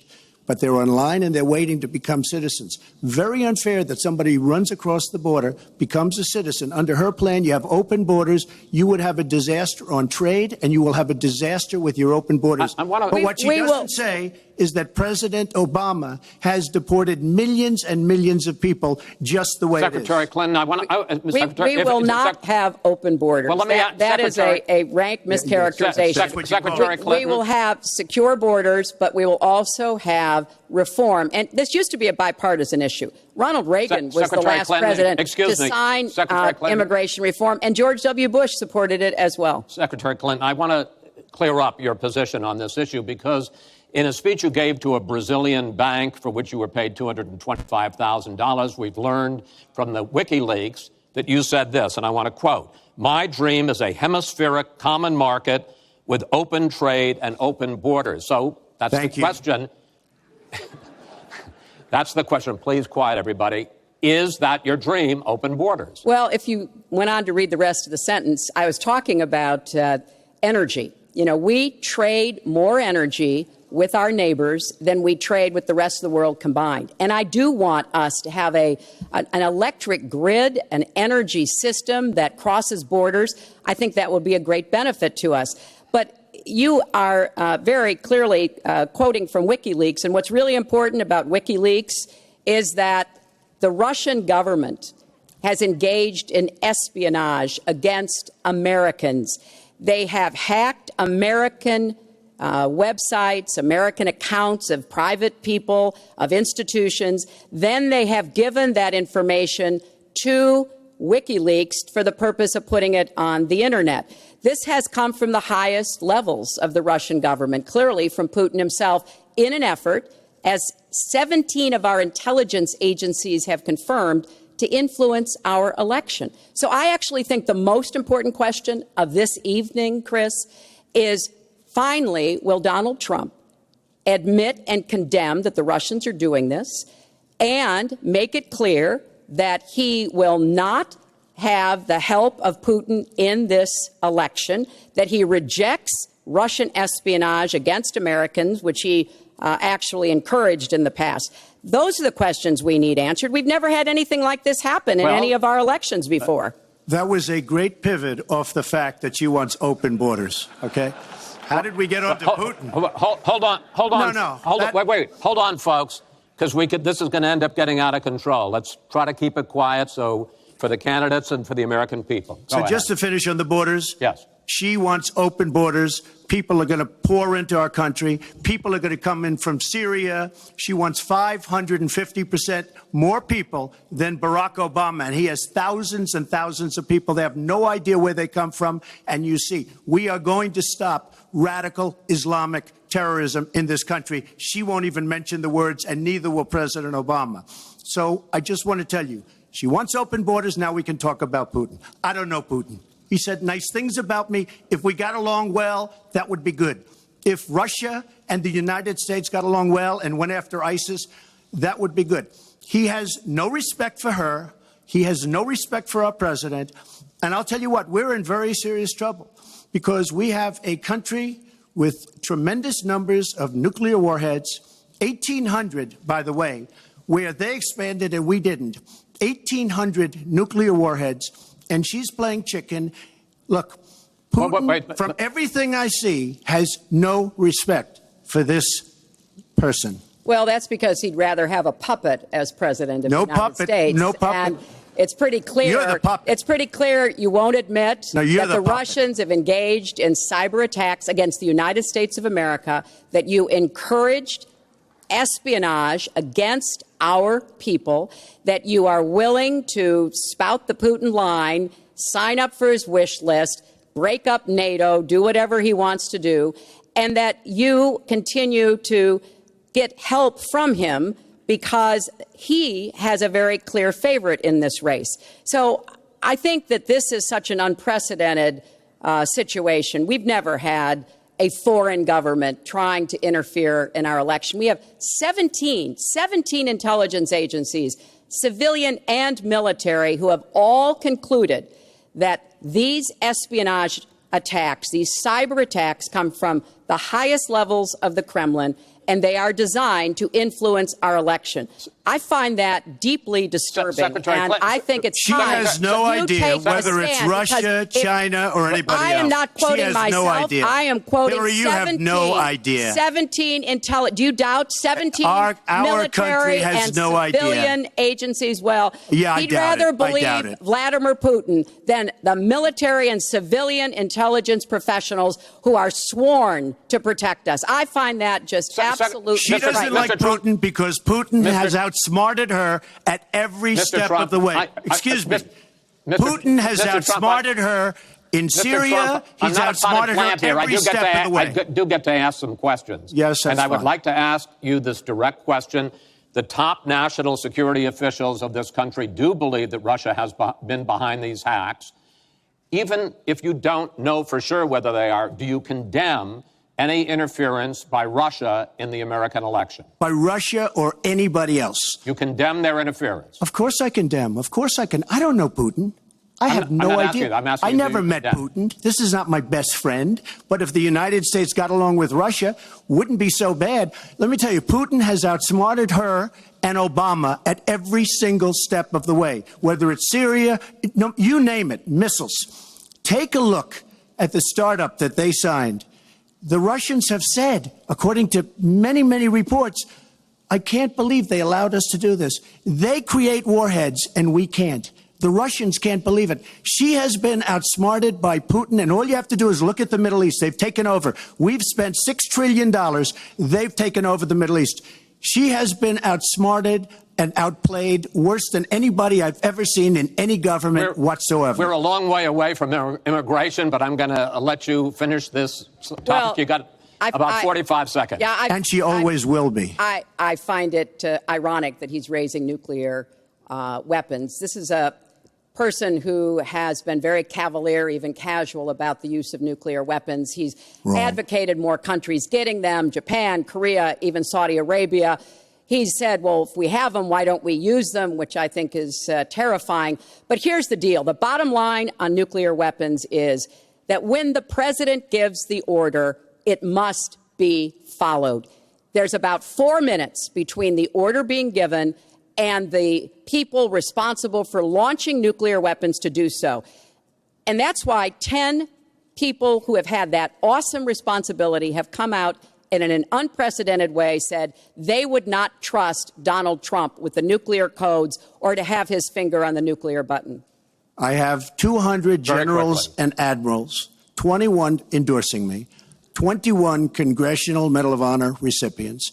As far as Japan and other countries, we are being ripped off by everybody in the world. We're defending other countries. We are spending a fortune doing it. They have the bargain of the century. All I said is we have to renegotiate these agreements because our country cannot afford to defend Saudi Arabia, Japan, Germany, South Korea, and many other places. We cannot continue to afford. She took that as saying nuclear weapons. Look, she's been proven to be a liar on so many different ways. This is just another lie. Well, I'm just quoting you when there's you were no asked quote. About You're not going to find a quote from me. Nuclear competition in Asia. You said, you know, go ahead, enjoy yourselves, folks. That kind and defend of language, yourselves. And defend yourselves. I didn't say nuclear. And defend yourself. The United States has kept the peace through our alliances. Donald wants to tear up our alliances. I think it makes the world safer, and frankly, it makes the United States safer. I would work with our allies in Asia, in Europe, in the Middle East, and elsewhere. That's the only way we're going to be able to keep the peace. We are going to move on to the next topic, which is the economy, and I hope we handle that as well as we did immigration. You also have very different ideas about how to get the economy growing faster. Secretary Clinton, in your plan, government plays a big role. You see more government spending, more entitlements, more tax credits, more tax penalties. Mr. Trump, you want to get government out with lower taxes and less regulation. Yes. We're going to drill down into this a little bit more. But in this overview, please explain to me why you believe that your plan will create more jobs and growth for this country and your opponent's plan will not. In this round, you go first, Secretary Clinton. Well, I think when the middle class thrives, America thrives. And so my plan is based on growing the economy, giving middle class families many more opportunities.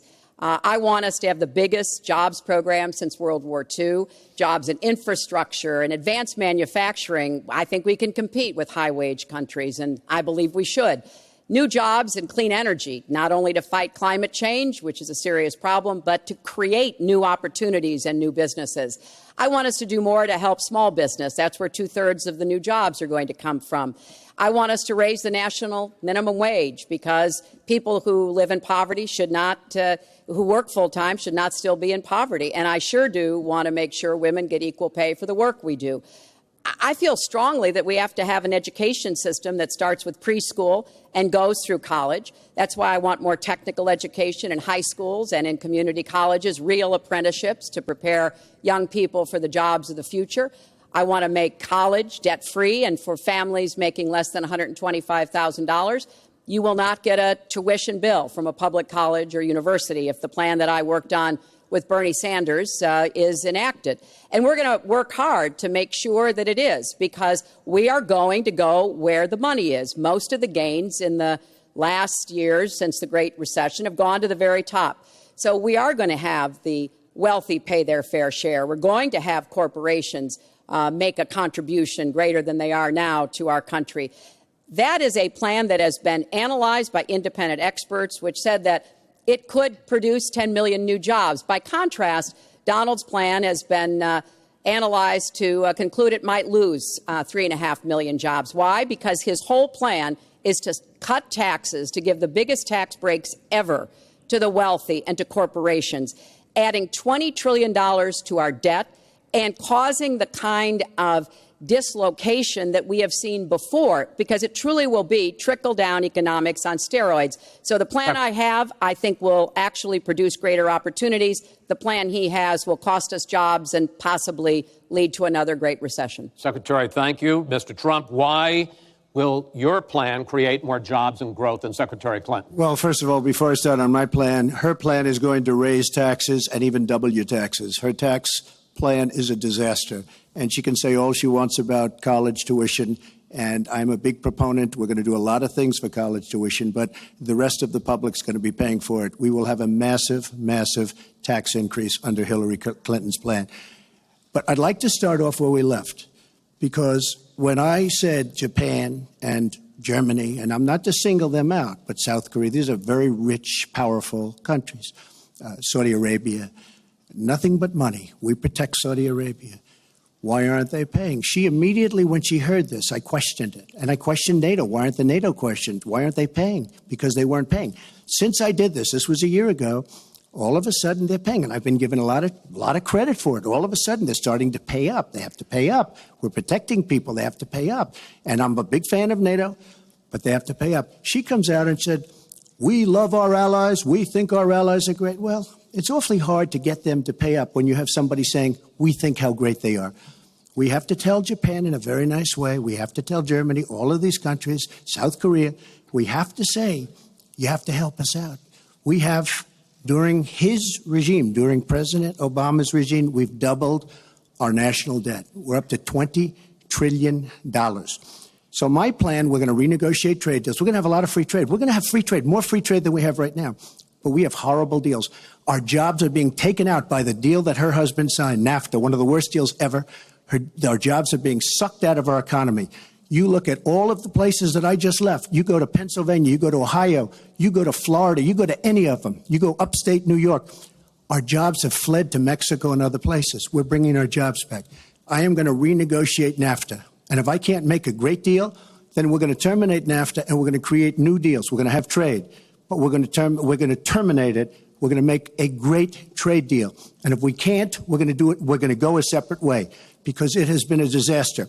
We are going to cut taxes massively. We're going to cut business taxes massively. They're going to start hiring people. We're going to bring the $2.5 trillion that's offshore back into the country. We are going to start the engine rolling again, because right now our country is dying at 1% GDP. Well, let me translate that if I can, Chris, because you can't. The fact is he's going to advocate for the largest tax cuts we've ever seen, 3 times more than the tax cuts under the Bush administration. I have said repeatedly throughout this campaign, I will not raise taxes on anyone making $250,000 or less. I also will not add a penny to the debt. I have costed out what I'm going to do. He will, through his massive tax cuts, add $20 trillion to the debt. Well, he mentioned the debt. We know how to get control of the debt. When my husband was president, we went from a $300 billion deficit to a $200 billion surplus, and we were actually on the path to eliminating the national debt. When President Obama came into office, he inherited the worst economic disaster since the Great Depression. He has cut the deficit by 2/3. So, yes, one of the ways you go after the debt, one of the ways you create jobs is by investing in people. So I do have investments in new jobs, investments in education, skill training, and the opportunities for people to get ahead and stay ahead. That's the kind of approach that will work. Cutting taxes on the wealthy, we've tried that. It has not worked the way that it has been promised. Secretary Clinton, I want to pursue your plan because in many ways it is similar to the Obama stimulus plan in 2009, which has led to the slowest GDP growth since 1949. Correct. Thank you, sir. You told me in July when we spoke that the problem is that President Obama didn't get to do enough in what he was trying to do with this stimulus. So is your plan basically even more of the Obama stimulus? Well, it's a combination, Chris. And let me say that when you inherit the level of economic catastrophe that President Obama inherited, it was a real touch-and-go situation. I was in the Senate before I became Secretary of State. I've never seen people as physically distraught as the Bush administration team was because of what was happening to the economy. I personally believe that the steps that President Obama took saved the economy. He doesn't get the credit he deserves for taking some very hard positions. But it was a terrible recession. So now we've dug ourselves out of it. We're standing, but we're not yet running. So what I am proposing is that we invest from the middle out and the ground up, not the top down. That is not going to work. That's why what I have put forward doesn't add a penny to the debt, but it is the kind of approach that will enable more people to take those new jobs, higher paying jobs. We're beginning to see some increase in incomes, and we certainly have had a long string of increasing jobs. We've got to do more to get the whole economy moving, and that's what I believe I will be able to do. Mr. Trump, even conservative economists who have looked at your plan say that the numbers don't add up, that your idea, and you've talked about 25 million jobs created, 4% over a 10-year period growth, is unrealistic. And they say, you talk a lot about growing the energy industry, they say with oil prices as low as they are right now, that's unrealistic as well. Your response? So I just left some high representatives of India. They're growing at 8%. China is growing at 7%, and that for them is a catastrophically low number. We are growing. Our last report came out, and it's right around the 1% level, and I think it's going down. Last week, as you know, at the end of last week, they came out with an anemic jobs report, a terrible jobs report. In fact, I said, is that the last jobs report before the election? Because if it is, I should win easily. It was so bad. The report was so bad.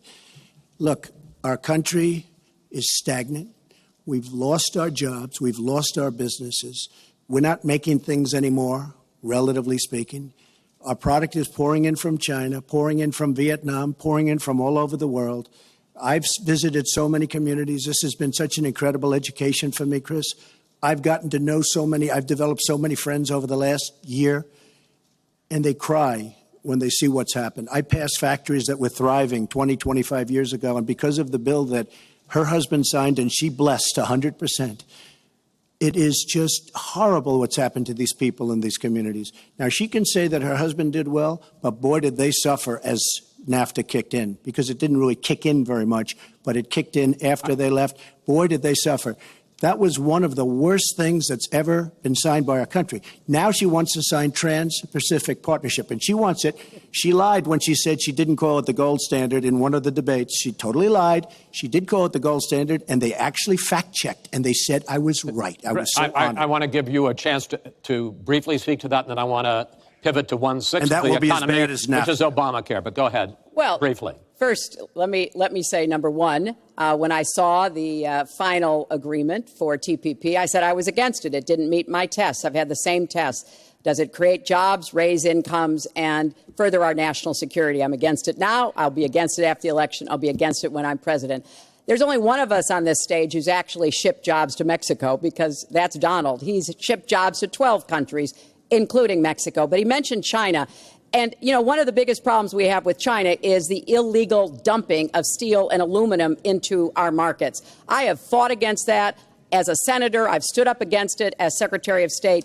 Donald has bought Chinese steel and aluminum. In fact, the Trump hotel right here in Las Vegas was made with Chinese steel. So he goes around with crocodile tears about how terrible it is, but he has given jobs to Chinese steel workers, not American steel workers. Mr. Trump? That's the kind of approach that is just not going to work. We're going to pull the country together. We're going to have trade agreements that we enforce. That's why I'm going to have a trade prosecutor for the first time in history. And we're going to enforce those agreements. And we're going to look for businesses to help us by buying American products. I ask a simple question. She's been doing this for 30 years.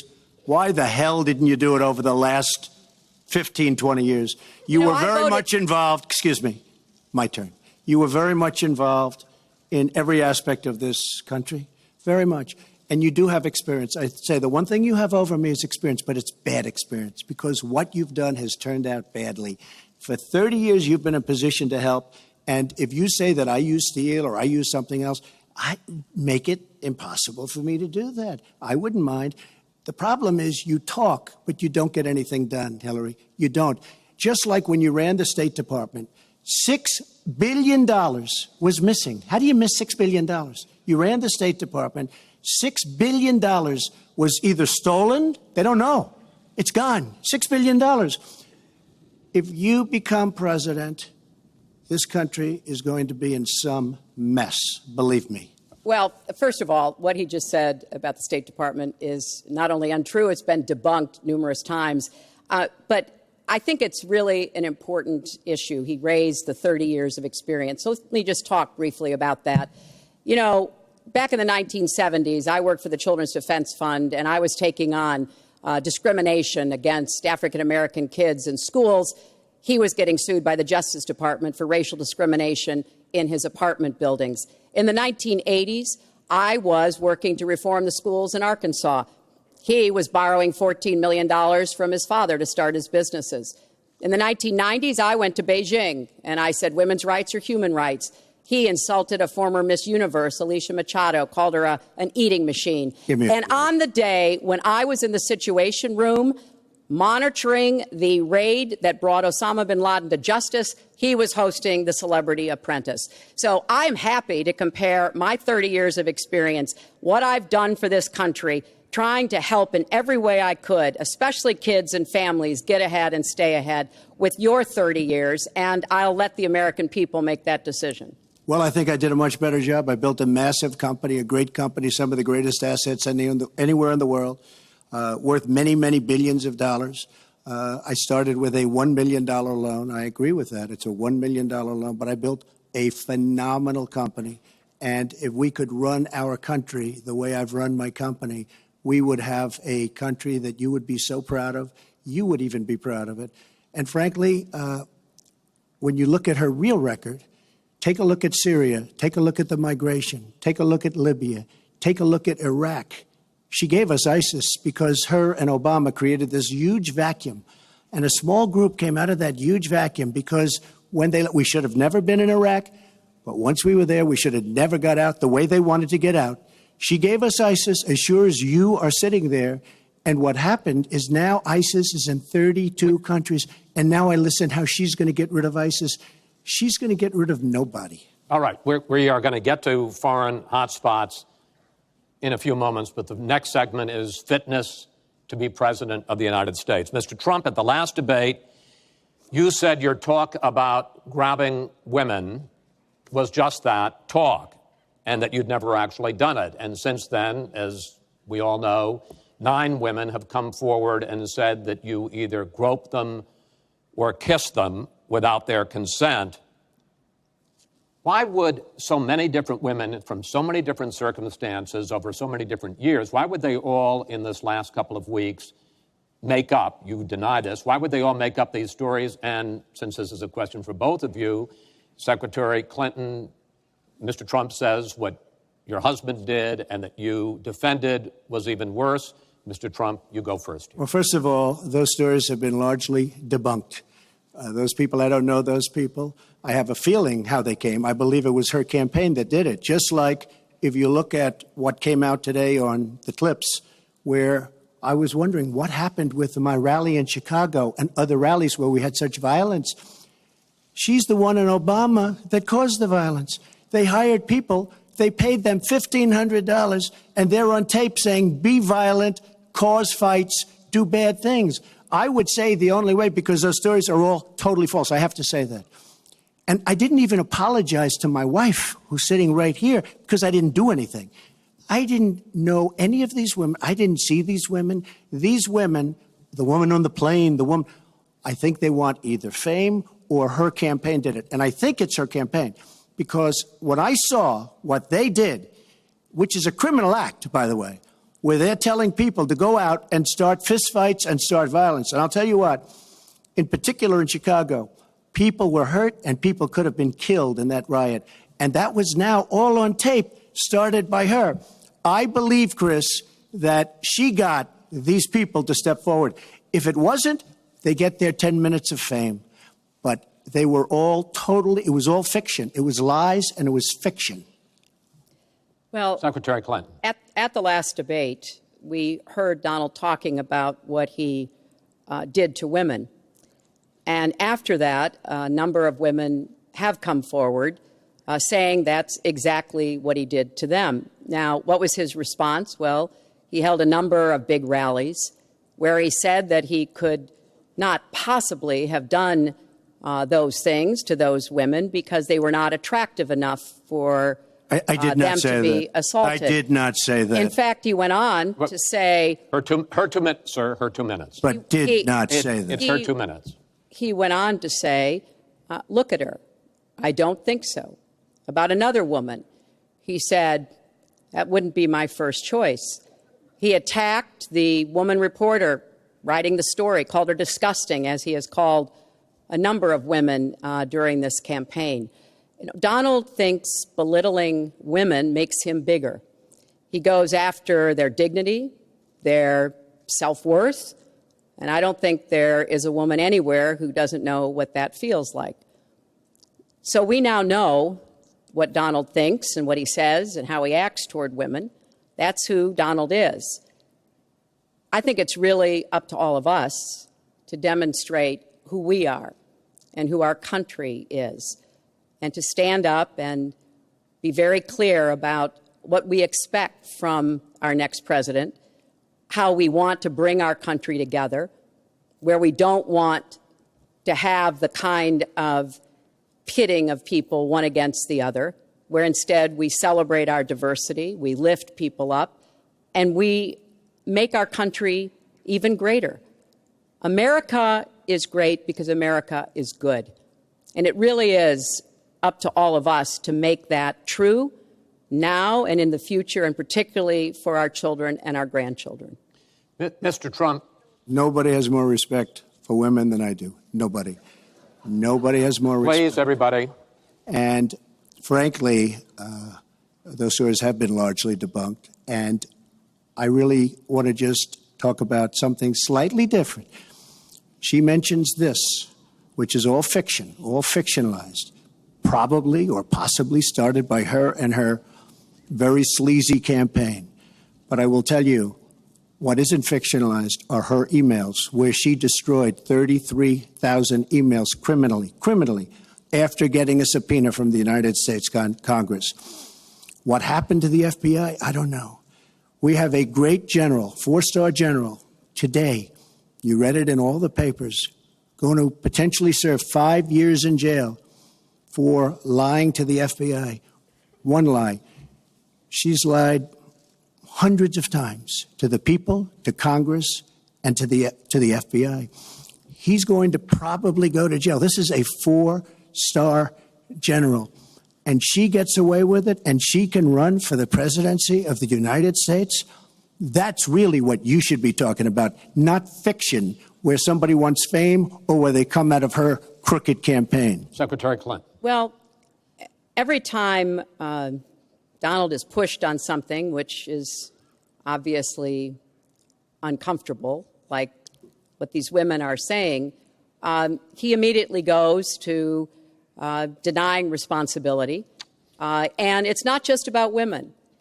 He never apologizes or says he's sorry for anything. So we know what he has said and what he's done to women. But he also went after a disabled reporter, mocked and mimicked him on national television. He went after Mr. and Mrs. Khan, the parents of a young man who died serving our country, a Gold Star family because of their religion. He went after John McCain, a prisoner of war, said he prefers people who aren't captured. He went after a federal judge, born in Indiana, but who Donald said couldn't be trusted to try the fraud and racketeering case against Trump University because his parents were Mexican.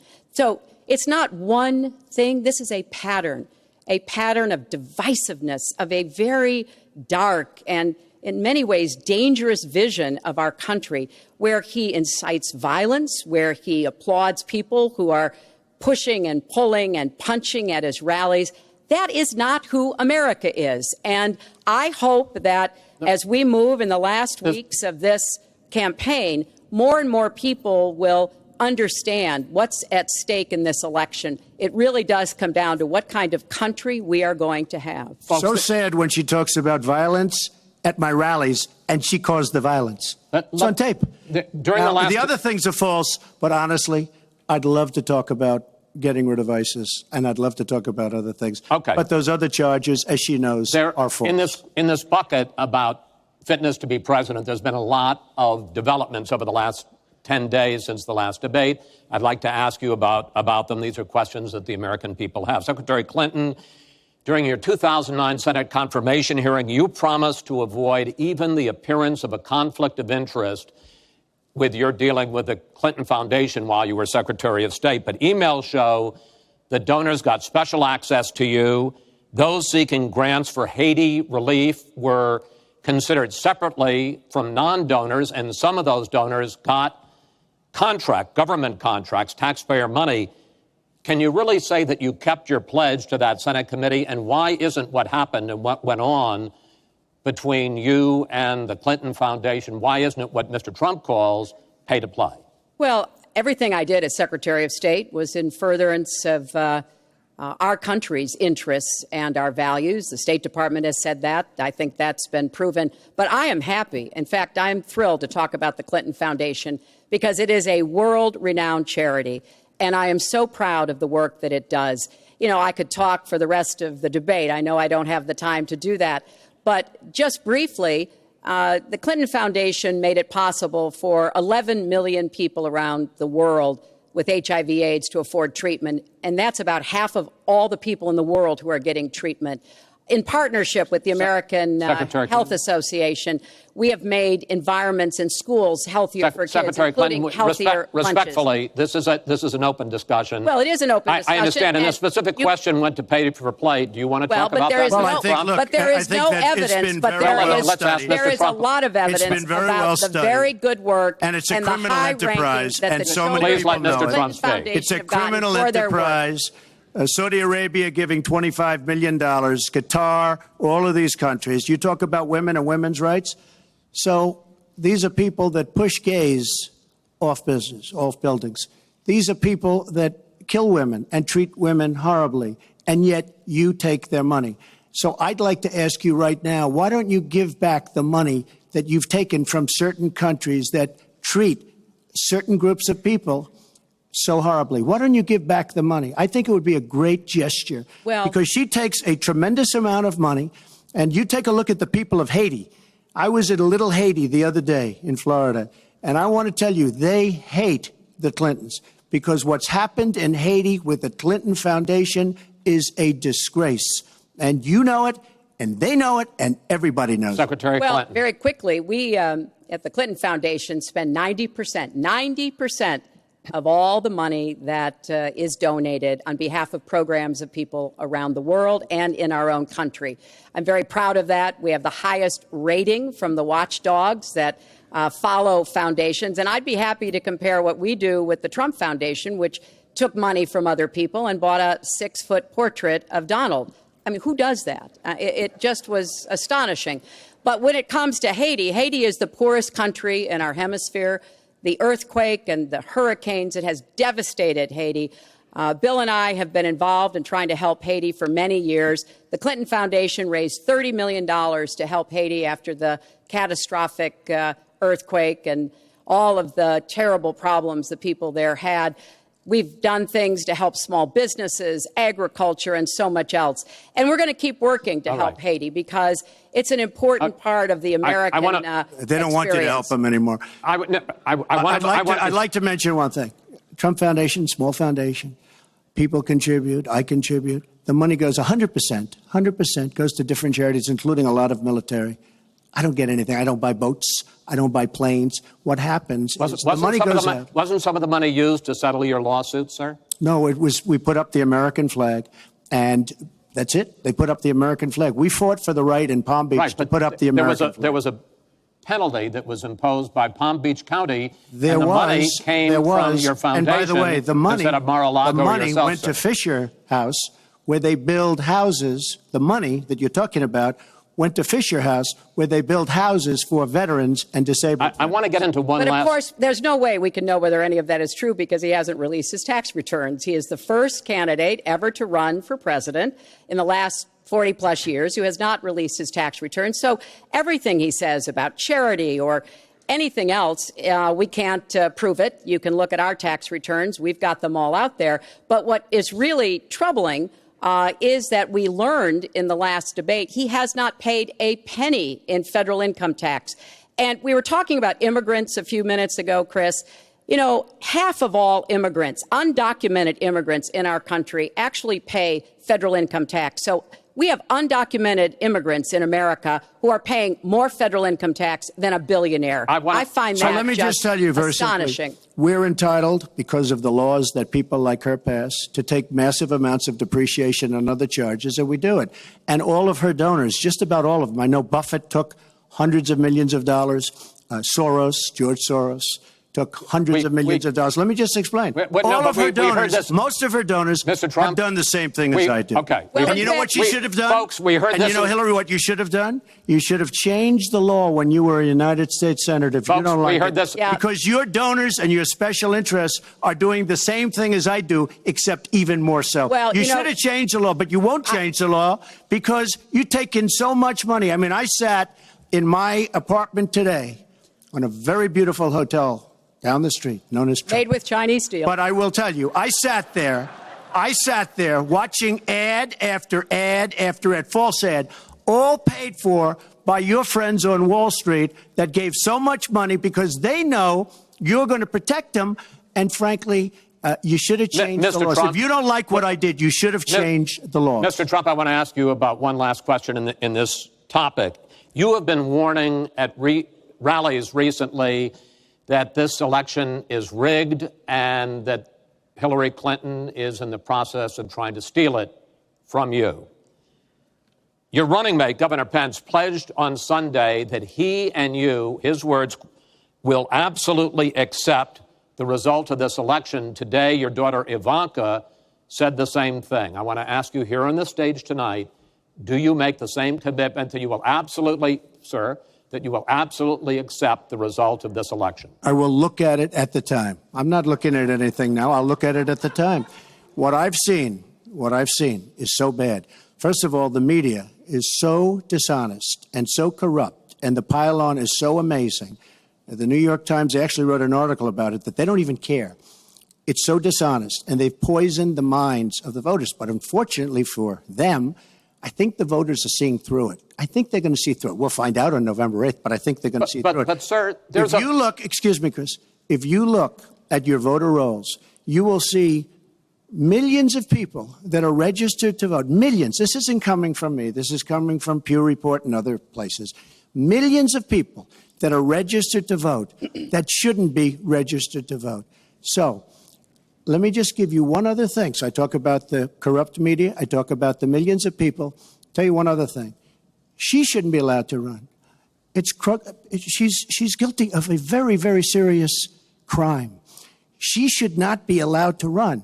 And just in that respect, I say it's rigged because she should never have been allowed to run for the presidency based on what she did with emails and so many other things. But, sir, there is a tradition in this country. In fact, one of the prides of this country is the peaceful transition of power, and that no matter how hard fought a campaign is, that at the end of the campaign, that the loser concedes to the winner. Not saying that you're necessarily going to be the loser or the winner, but that the loser concedes to the winner and that the country comes together in part for the good of the country. Are you saying you're not prepared now to commit to that principle? What I'm saying is that I will tell you at the time. I'll keep you in suspense. Well, okay? Chris, let me respond to that because that's horrifying. You know, every time Donald thinks things are not going in his direction, he claims whatever it is rigged against him. The FBI conducted a year-long investigation into my emails. They concluded there was no case. He said the FBI was rigged. He lost the Iowa caucus. He lost the Wisconsin primary. He said the Republican primary was rigged against him. Then Trump University gets sued for fraud and racketeering. He claims the court system and the federal judge is rigged against him. There was even a time when he didn't get an Emmy for his TV program 3 years in a row, and he started tweeting that the Emmys were rigged against him. Should have gotten it. This is a mindset. This is how Donald thinks. And it's funny, but it's also really troubling. Okay. Now, that is not the way our democracy works. We've been around for 240 years. We've had free and fair elections. We've accepted the outcomes when we may not have liked them. And that is what must be expected of anyone standing on a debate stage during a general election. You know, President Obama said the other day, when you're whining before the game is even finished, it just shows you're not up to doing the job. And let's be clear about what he is saying and what that means. He is denigrating, he's talking down our democracy. And I, for one, am appalled that somebody who is the nominee of one of our two major parties would take that kind of position. I think what the FBI did and what the Department of Justice did, including meeting with her husband, the Attorney General, in the back of an airplane on the tarmac in Arizona, I think it's disgraceful. I think it's a disgrace. All right. I think we've never had a situation so bad. Hold on, in this folks. country.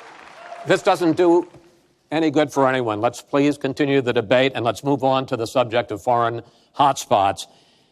The Iraqi offensive to take back Mosul has begun. If they are successful in pushing ISIS out of that city and out of all of Iraq, the question then becomes, what happens the day after? And that's something that whoever of you ends up as president is going to have to confront. Will you put U.S. troops into that vacuum to make sure that ISIS doesn't come back or isn't replaced by something even worse? Secretary Clinton, you go first in this segment. You have 2 minutes. Well, I am encouraged that there is an effort led by the Iraqi army, supported by Kurdish forces, and also given the help and advice from the number of special forces and other Americans on the ground. But I will not support putting American soldiers into Iraq as an occupying force. I don't think that is in our interests, and I don't think that would be smart to do. In fact, Chris, I think that would be a big red flag waving for ISIS to reconstitute itself. The goal here is to take back Mosul. It's going to be a hard fight. I've got no illusions about that. And then continue to press into Syria to begin to take back and move on Raqqa, which is the ISIS headquarters. I am hopeful that the hard work that American military advisors have done will pay off, and that we will see a really successful military operation. But we know we've got lots of work to do. Syria will remain a hotbed of terrorism as long as the civil war, aided and abetted by the Iranians and the Russians, continue. So I have said, look, we need to keep our eye on ISIS. That's why I want to have an intelligence surge that protects us here at home, why we have to go after them from the air, on the ground, online, why we have to make sure here at home we don't let terrorists buy weapons. If you're too dangerous to fly, you're too dangerous to buy a gun. And I'm going to continue to push for a no-fly zone and safe havens within Syria, not only to help protect the Syrians and prevent the constant outflow of refugees, but to frankly gain some leverage on both the Syrian government and the Russians so that perhaps we can have the kind of serious negotiation necessary to bring the conflict to an end and go forward on a political track. Mr. Trump, same question. If we are able to push ISIS out of Mosul and out of Iraq, would you be willing to put U.S. troops in there to prevent their return or something else? Let me tell you, Mosul's so sad. We had Mosul. But when she left, when she took everybody out, we lost Mosul. Now we're fighting again to get Mosul. The problem with Mosul and what they wanted to do is they wanted to get the leaders of ISIS who they felt were in Mosul. About 3 months ago, I started reading that they want to get the leaders, and they're going to attack Mosul. Whatever happened to the element of surprise? Okay? We announced we're going after Mosul. I've been reading about going after Mosul now for about, how long is it, Hillary? 3 months? These people have all left. They've all left. The element of surprise. Douglas MacArthur, George Patton, spinning in their graves when they see the stupidity of our country. So we're now fighting for Mosul that we had. All she had to do is stay there. Now we're going in to get it. But you know who the big winner in Mosul is going to be after we eventually get it? And the only reason they did it is because she's running for the office of president. And they want to look tough. They want to look good. He violated the red line in the sand. And he made so many mistakes, made all mistakes. That's why we have the Great Migration. But she wanted to look good for the election. So they're going in. But who's going to get Mosul, really? We'll take Mosul eventually. By the way, if you look at what's happening, much tougher than they thought. Much, much tougher, much more dangerous, going to be more deaths than they thought. But the leaders that we wanted to get are all gone because they're smart. They say, what do we need this for? So Mosul is going to be a wonderful thing, and Iran should write us a letter of thank you, just like the really stupid, the stupidest deal of all time, a deal that's going to give Iran absolutely nuclear weapons. Iran should write us yet another letter saying thank you very much, because Iran, as I said many years ago, Iran is taking over Iraq, something they've wanted to do forever, but we've made it so easy for them. So we're now going to take Mosul, and you know who's going to be the beneficiary? Iran. Boy, are they making, I mean, they are outsmarting. Look, you're not there. You might be involved in that decision, but you were there when you took everybody out of Mosul and out of Iraq. You shouldn't have been in Iraq, but you did vote for it. You shouldn't have been in Iraq, but once you were in Iraq, you should have never left the way. The point is, the big winner is going to be Iran. Well, you know, once again, Donald is implying that he didn't support the invasion of Iraq. I said it was a mistake. I've said that years ago. He has consistently denied what is a very clear fact, that before the invasion, he supported it.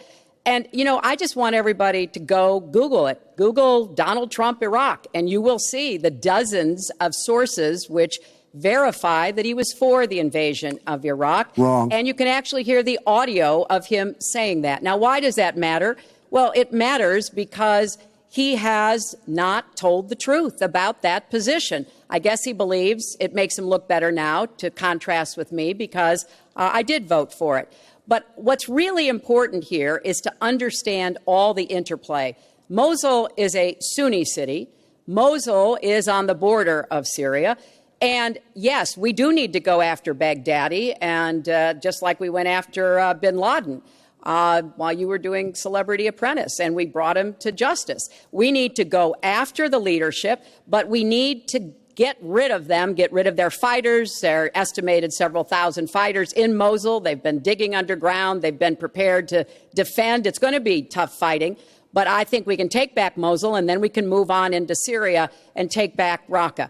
This is what we have to do. I'm just amazed that he seems to think that the Iraqi government and our allies and everybody else launched the attack on Mosul to help me in this election. But that's how Donald thinks, you know. He always is looking for some Chris, we don't gain anything. He has all these Iran is taking over Iraq. Secretary Clinton. Iran is taking over Iraq. We don't gain Secretary Clinton. We would have gained if they did it by surprise. Wait. Secretary Clinton, it's an open discussion. Secretary. We would have gained if they did it by surprise. Secretary, please let Mr. Trump speak. He's unfit, and he proves it every time you he are talks. the one that's unfit. You know, WikiLeaks just actually came out. John Podesta said some horrible things about you, and boy, was he right. He said some beauties. And, you know, Bernie Sanders, he said you have bad judgment. You do. And if you think that going into Mosul, after we let the world know we're going in, and all of the people that we really wanted, the leaders, they're all gone. If you think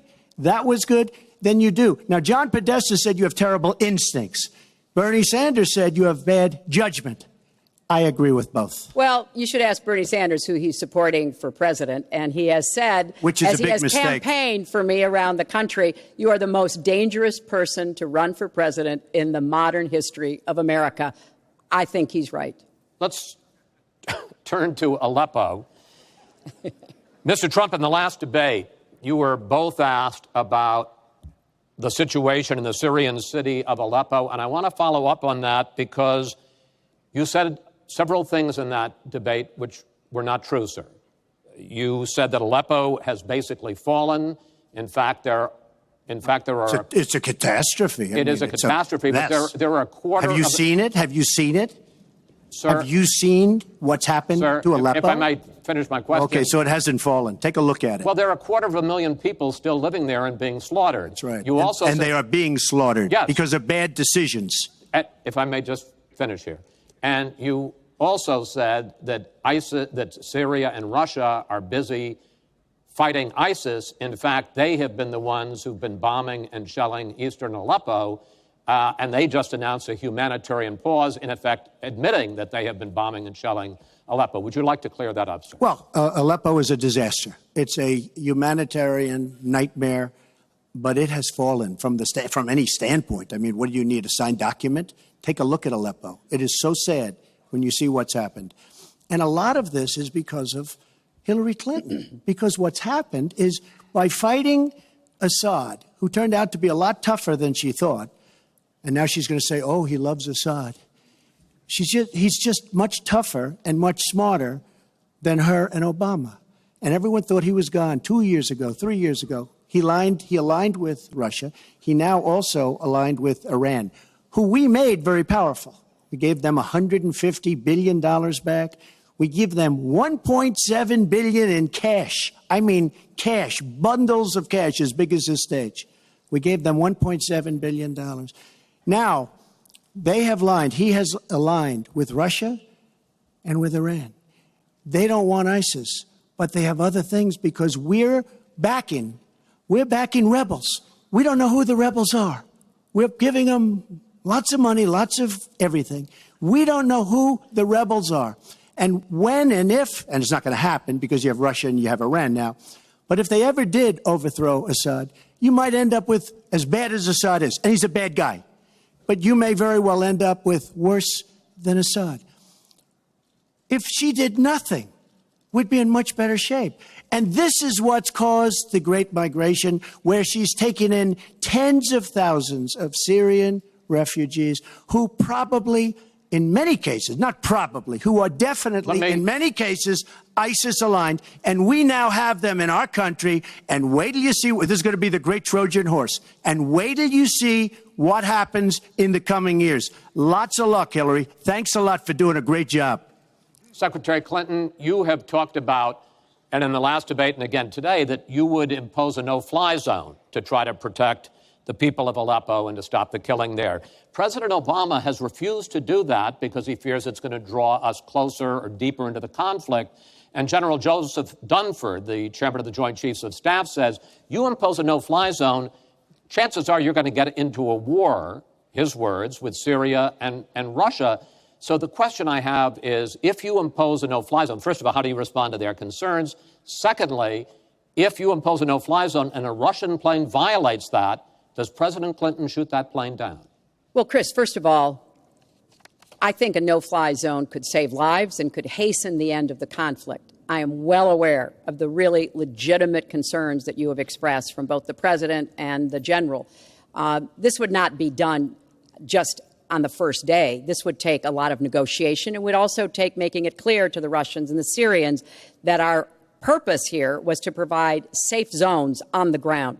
We've had millions of people leave Syria, and those millions of people inside Syria who've been dislocated. So I think we could strike a deal and make it very clear to the Russians and the Syrians that this was something that we believe was in the best interests of the people on the ground in Syria. It would help us with our fight against ISIS. But I want to respond to what Donald said about refugees. He's made these claims repeatedly. I am not going to let anyone into this country who is not vetted, who we do not have confidence in, but I am not going to slam the door on women and children. That picture of that little 4-year-old boy in Aleppo with the blood coming down his face while he sat in an ambulance is haunting. And so we are going to do very careful, thorough vetting. That does not solve our internal challenges with ISIS and our need to stop radicalization, to work with American Muslim communities who are on the front lines to identify and prevent attacks. In fact, the killer of the dozens of people at the nightclub in Orlando, the Pulse nightclub, was born in Queens, the same place Donald was born. So let's be clear about what the threat is and how we are best going to be able to meet it. And yes, some of that threat emanates from over in Syria and Iraq, and we've got to keep fighting, and I will defeat ISIS. And some of it is we have to up our game and be much smarter here Folks, at home. I want to get into our final segment. But I just have to, it's Real so quick. ridiculous she will defeat ISIS. We should have never let ISIS happen in the first place. And right now they're in 32 countries. Okay. You should have never. Wait 1 second. They had a ceasefire 3 weeks ago. A ceasefire, United States, Russia, Syria. And during the ceasefire, Russia took over vast swatches of land. And then they said, we don't want the ceasefire anymore. We are so outplayed on missiles, on ceasefires. They are outplayed. Now, she wasn't there. I assume she had nothing to do with it. But our country is so outplayed by Putin and Assad and, by the way, and by Iran. Nobody can believe how stupid our leadership is. Mr. Trump, Secretary Clinton, no, we need to move on to our final segment, and that is the national debt, which has not been discussed until tonight. Our national debt as a share of the economy, our GDP, is now 77%. That's the highest since just after World War II.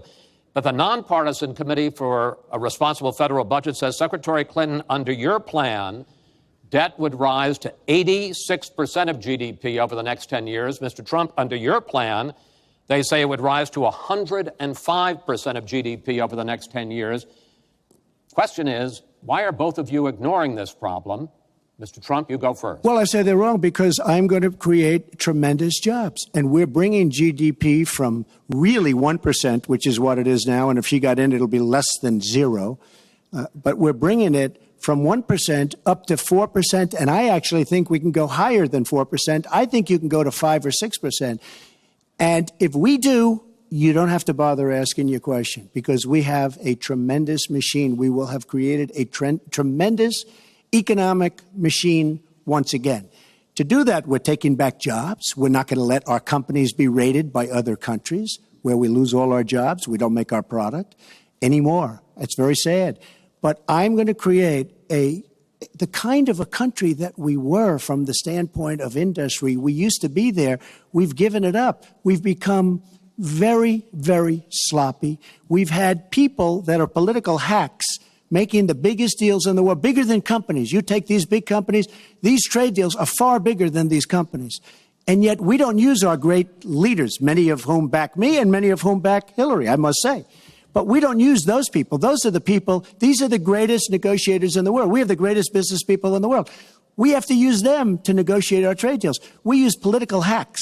We use people that get the position because they made a campaign contribution. And they're dealing with China and people that are very much smarter than they are. So we have to use our great people. But with that being said, we will create an economic machine, the likes of which we haven't seen in many decades. And people, Chris, will again go back to work, and they'll make a lot of money, and we'll have companies that will grow and expand and start from new. Secretary Clinton. Well, first, when I hear Donald talk like that and know that his slogan is Make America Great Again, I wonder when he thought America was great. And before he rushes and says, before you and President Obama were there, I think it's important to recognize that he has been criticizing our government for decades. Back in 1987, he took out a $100,000 ad in the New York Times during the time when President Reagan was president and basically said exactly what he just said now, that we were the laughing stock of the world. He was criticizing President Reagan. This is the way Donald thinks about himself, puts himself into, the middle and says, I alone can fix it, as he said on the convention stage. But if you look at the debt, which is the issue you asked about, Chris, I pay for everything I'm proposing. I do not add a penny to the national debt. I take that very seriously because I do think it's one of the issues we've got to come to grips with. So when I talk about how we're going to pay for education, how we're going to invest in infrastructure, how we're going to get the cost of prescription drugs down, and a lot of the other issues that people talk to me about all the time, I've made it very clear we are going where the money is. We are going to ask the wealthy and corporations to pay their fair share. And there is no evidence whatsoever that that will slow down or diminish our growth. In fact, I think just the opposite. We'll have what economists call middle-out growth. We've got to get back to rebuilding the middle class, the families of America. That's where growth will come from. That's why I want to invest in you. I want to invest in your family. And I think that's the smartest way to grow the economy, to make the economy fairer. And we just have a big disagreement about this. It may be because of our experiences. You know, he started off with his dad as a millionaire. I started off with my dad as a small businessman. We've heard this before. I think it's, you know, it's a difference that affects how we see the world and what we want to do with the economy. Time. Thank you, Hillary. Could I just respond? Well, no. Because sir, I because did disagree with Ronald Reagan very strongly on trade. I disagreed with him. We should have been much tougher on trade even then. I've been waiting for years. Nobody does it right. And frankly, now we're going to do it right. All right.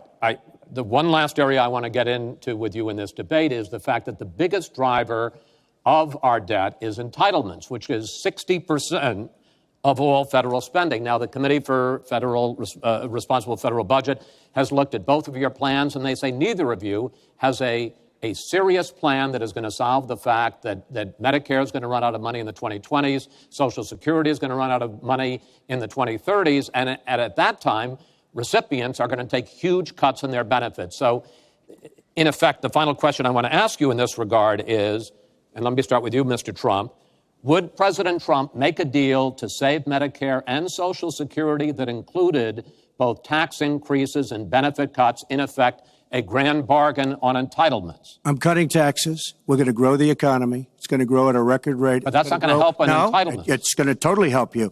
And one thing we have to do, repeal and replace the disaster known as Obamacare. It's destroying our country. It's destroying our businesses, our small business, and our big businesses. We have to repeal and replace Obamacare. You take a look at the kind of numbers that will cost us in the year 17. It is a disaster if we don't repeal and replace. Now, it's probably going to die of its own weight, but Obamacare has to go. The premiums are going up 60, 70, 80%. Next year, they're going to go up over 100%. And I'm really glad that the premiums have started. At least the people see what's happening, because she wants to keep Obamacare and she wants to make it even worse. And it can't get any worse. Bad health care at the most expensive price. We have to repeal and replace Obamacare. And Secretary Clinton, same question, because at this point, Social Security and Medicare are going to run out. The trust funds are going to run out of money.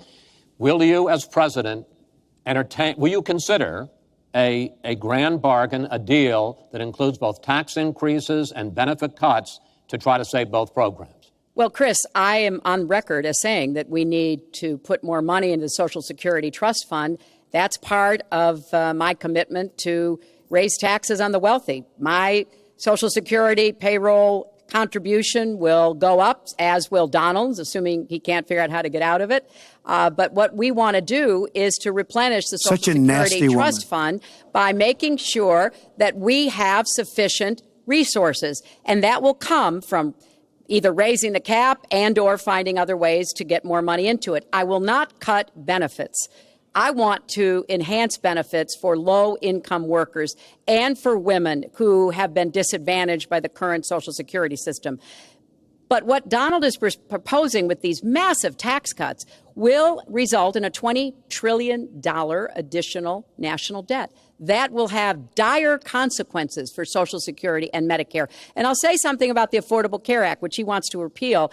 The Affordable Care Act extended the solvency of the Medicare Trust Fund. So if he repeals it, our Medicare problem gets worse. What we need to do is go after the long-term health care drivers. We've got to get costs down, increase value, emphasize wellness. I have a plan for doing that, and I think that we will be able to get entitlement spending under control with more resources and smarter decisions. This is the final time, probably to both of your delight, that you're going to be on the stage together in this campaign. I would like to end it on a positive note. You had not agreed to closing statements, but it seems to me in a funny way that might make it more interesting because you haven't prepared closing statements. So I'd like you each to take it. We're going to put a clock up, a minute, as the final question in the final debate to tell the American people why they should elect you to be the next president.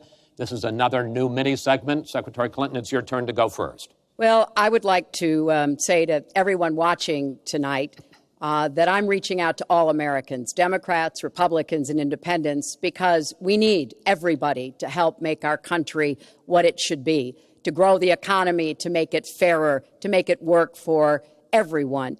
We need your talents, your skills, your commitment, your energy, your ambition.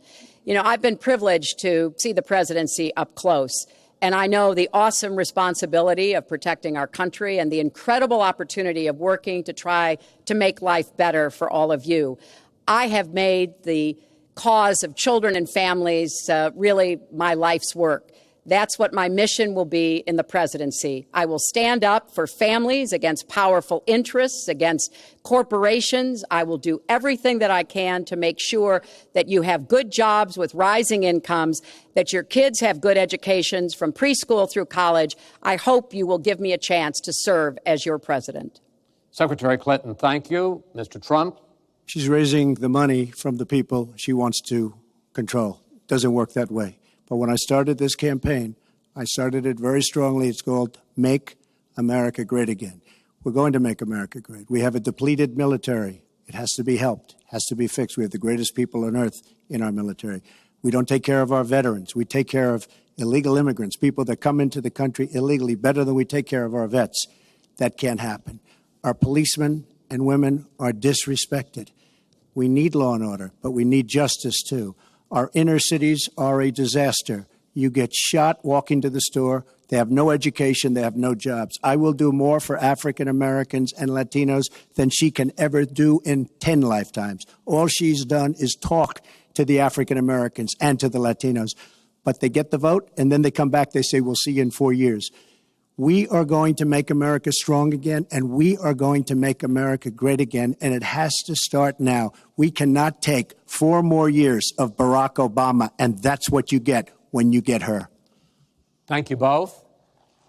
Secretary Clinton, hold on just a moment, folks. Secretary Clinton, Mr. Trump, I want to thank you both for participating in all 3 of these debates. That brings to an end this year's debate sponsored by the Commission on Presidential Debates. We want to thank the University of Nevada, Las Vegas, and its students for having us. Now the decision is up to you. While millions have already voted, Election Day, November 8th, is just 20 days away. One thing everyone here can agree on, we hope you will go vote. It is one of the honors and obligations of living in this great country. Thank you, and good night.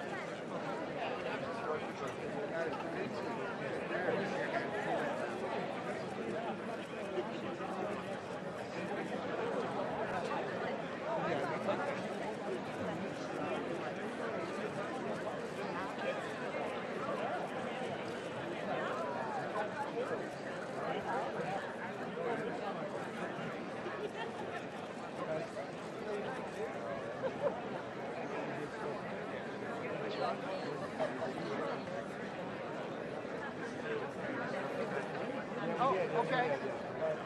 Greg?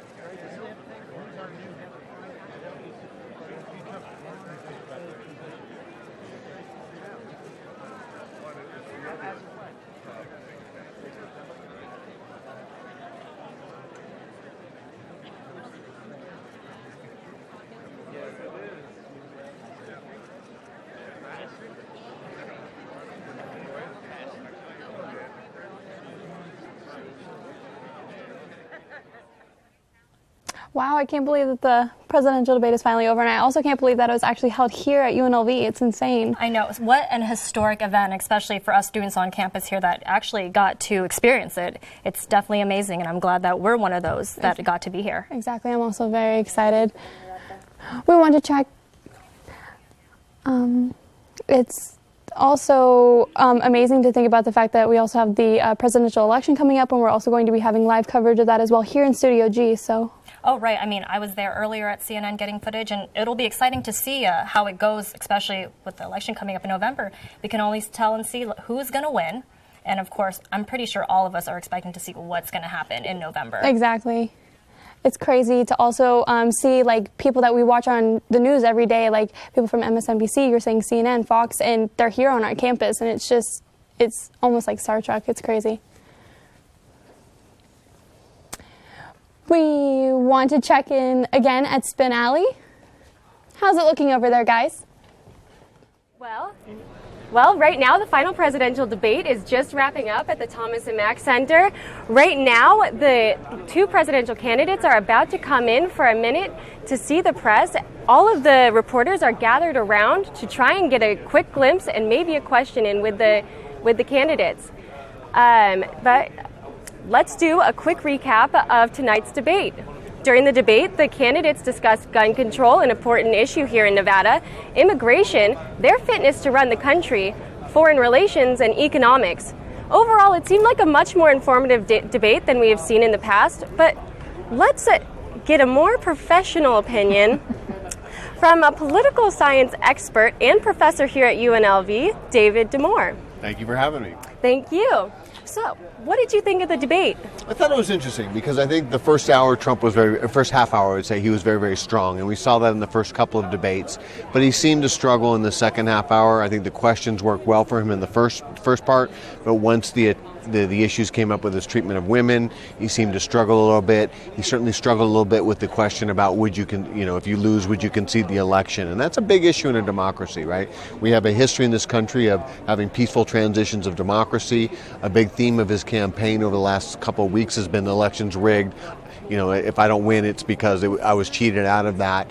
So that was a very interesting exchange, I thought, between him, Clinton, and the moderator, Chris Wallace. I think early in the debate, he did well, but I think she did a nice job on that question when it brought up her speeches, and she quickly pivoted away from that, and then I think the debate moved in her favor.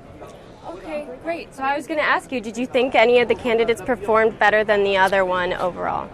I think that this was a more substantive debate. I think that there was a little less name calling, but they also both, of course, tried to get in their greatest hits. You saw the talking points they've been pushing in the prior debates as well as in their ads there.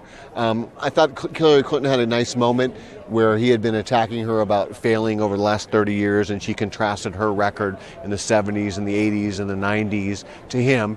You could see that being a basis of a Clinton campaign ad. I thought he did well early on. Particularly talking about the immigration and her issue of open borders, but as soon as that came up, you saw her pivot away from that. Do you think that there was a particular moment that stood out to you as really the best moment of the whole debate? I didn't think either one got a real zinger in like we've seen in some of the other early debates. But what I thought, for me, the most telling point was that question about would you accept the outcome. And at the end of the day, that's ultimately the most important question, right? Is if he's unwilling to concede the election, he wants to bring up this notion of vote rigging, that questioning the legitimacy of the democracy, I think, is problematic, particularly when you contrast that with some of his sort of, not necessarily praise, but sort of respect for Vladimir Putin. Was there a topic that you would expect, that you wanted them to discuss? I wanted to see more on immigration. They brought it up early in the debate, but quickly it got lost in sort of the back and forth, and they didn't really return to it. I would like to hear a little more about economic inequality. That's an issue that is certainly salient in Nevada. That didn't get much discussion here either. Mm-hmm. Yeah, that's true. And if there was a question, because you know that the candidates are going to come through right now, if there was a question you could ask them, what would it be? I guess the question I would ultimately ask them, and this didn't come up, is that our politics are pretty broken now, right? We haven't had a budget since 2009. We can't get judicial appointments through. how are they going to try to change the toxic tone in Washington, D.C.? And we didn't have that. We didn't have any of that discussion of how they're going to actually sort of lead the country beyond sort of basic platitudes. Yeah, that's a great question. So, do you wish that they had talked about education a little bit more? Education is an interesting issue. Certainly there's a federal role, but ultimately it's a local and state issue. It got some discussion in the earlier debates, and they might have different views on it, but ultimately it's not really an issue that for the federal government to have as big a say as our state and local governments. All right, that was really informative. Thanks for coming and talking Thank you. to us today. Yeah, so that's what we have here from Spin Alley, and I'm going to toss it back to you, James, for the Scramble. Thank you, Brianna. My goodness, I think that really encompasses it all. What a debate. Is there really anything I can say that hasn't already been said that won't cover all the bases of what we just saw? First, let me just introduce the guests we have for our post-debate panel. First, we have political science graduate David Sarabian, KUNV host Hunter Terry, political analyst Daniel Brady, and KUNV host Lee Guilford. So, what do we think of the debate? Before we even get into that, I want to start on the comment that I think really was I would say the most tweeted comment, if I can be as forward to say that. It will be Trump's comment about saying, I will look at it at the time when talking about if he will respect the election and the outcome. Hunter, I want to throw it to you first. What does this statement mean to you? What is it saying to you, and how do you think the public is currently receiving it? I think it's an incredible statement. I mean, he's basically just said that he doesn't have faith in the electoral process, and if he loses, he may throw a fit. The people that are on his side see Hillary as a criminal and as someone who has to be defeated will likely take what he said to heart, and they'll like that. That'll make them feel vindicated and validated for the things they've been saying for months and months. But this is a democracy. This is the U.S. I think that's untrue. He does believe in the system. If he wins. If he wins, oh, God. He's perfectly fine with it. Well, do you know what this reminds me? If he doesn't, then I wouldn't be surprised if he makes some Sharon Angle-like comments of Second Amendment rights, changing the election. Well, what I think of is, have you ever seen somebody who's about to get into a fight that they really don't want to be in, and they've already made the excuses why they're going to lose? Right, yeah. This reminds me of the locker room and the bravado that he's had this entire election. Trump is the expert in the locker room. Oh, gosh, there's that zinger. I've just thought that I had reached a point where nothing would surprise me at this election anymore. I mean, I've just been sitting here for a year.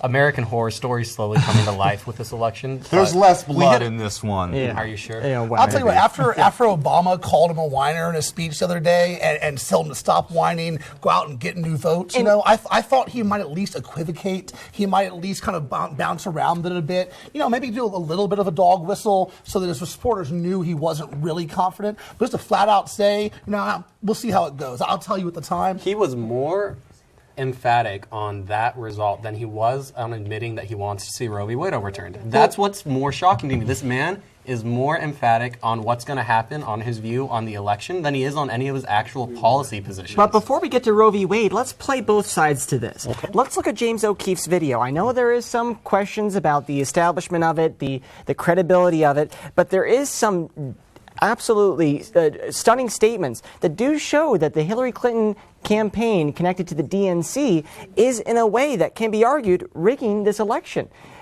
Do you think that this claim has any validity? I mean, Trump is saying that he will look at it at the time. And from what we've been seeing outside from James O'Keefe's clip, I wouldn't say that claim is too far off the deep end. I think one of the big things that we have to take into consideration here is the timing of everything. And that's what's every single election cycle we see this and we expect it. We have in the last 60 days, we get every single revelation that could have been shared for all this time.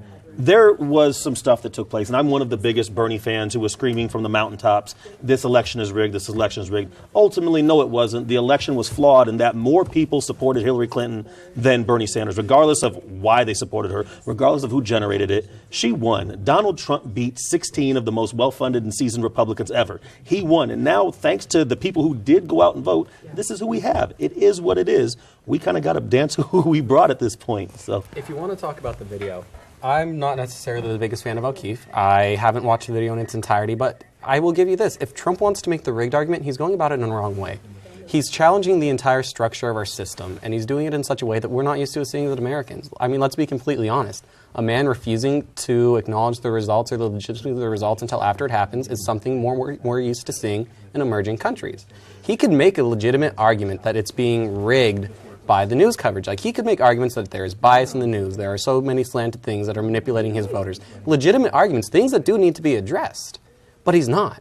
He's taking just a broadsword to the American system as opposed to taking a scalpel to the arguments where it would actually benefit him. Go ahead. I would say there's a few things on the O'Keefe tape. One is the source, O'Keefe himself, is hardly credible. He's been found guilty in court of violating the laws, those kind of dealings. He's been shown to have manipulated things to make misleading videos against Acorn, Planned Parenthood. He was the one that was censured because of the fetus on a table video last year. Yes. So we know that this guy is not to be believed at face value. Right. Furthermore, from what I've seen so far, what the guy has admitted to doing was perhaps sending the agitators to go and ask questions and make remarks to tick off Trump people. Didn't mean that the Trump people had to go and punch them and become violent. You have to still be responsible for your own actions. Right. And then one other important point is he was on the other tape. He was talking about how the voting, getting voters across state lines. Mm-hmm. He wasn't saying he did that. He was talking about how that gets done, how that is a thing. Now, not that he's saying he didn't do it, but it's just another thing where it's kind of correlation. It's leading people to believe. It's using the video manipulation to tell a story. I do get what you're saying. And none of that ties to Hillary Clinton. And yes, and you're absolutely right with that sense. But there have been ties in the sense that the DNC, of course, is going to be supporting their candidate, and they're not doing this just for the sake of promoting the DNC. So even with that claim, and I understand with James O'Keefe, he has had some prior mishaps, and his credibility has been damaged. And you're absolutely right. We shouldn't take this at face value. I shouldn't have to say it, but there are some claims here that are completely right. But the thing with these claims, and it's Trump getting in his way again, this man doesn't know how to let the news cycle not be about him. One of the cardinal rules of politics, one of the big lines you do is when your opponent is self-destructing, you sit down, you shut up, and you let it happen. These have claims that even if they're not true, even if James O'Keefe has his track record, they're things that need to be addressed. And what is the media doing on them? They're not focusing on those because Trump is pulling it all back to himself. This is a man who likes to be in the center of attention. I don't fault him. He's made his money that way. His worth is as a brand. Right. You could argue this is hurting his brand. But the man brings it all back to himself. He doesn't let them go after these other stories. He wants it all to be dragged to himself. Well, let's take it back to Trump then. Talk about one of his statements, overturning Roe v. Wade. I mean, I don't want to say that I want to remain a neutral party here when it comes to where I stand with that case, but this is someone that is wanting to overturn a case, and in a landmark case, no less, by saying that he would do so by appointing 3 new justices. Now, we are aware, Scalia has left us, and Ginsburg is getting to that age, so we will probably see a new changing of the hands here. But Trump to go so far to say that one of the first things he would do would step into the bounds of another government entity and want an agenda as such overturning Roe v. Wade. What do we think the American people are experiencing when they hear that? David or Lee? I'm sorry. Well, this isn't the first time, though. What was it during the start of the last debate? One of the first sentences he made was he's going to go and arrest Hillary Clinton. He would exercise his executive powers to arrest her. Lee, I'm going to have to stop you right there. We have to throw to Spin Alley real quick. We'll be right back. We're coming right to Spin Alley with Amorosa.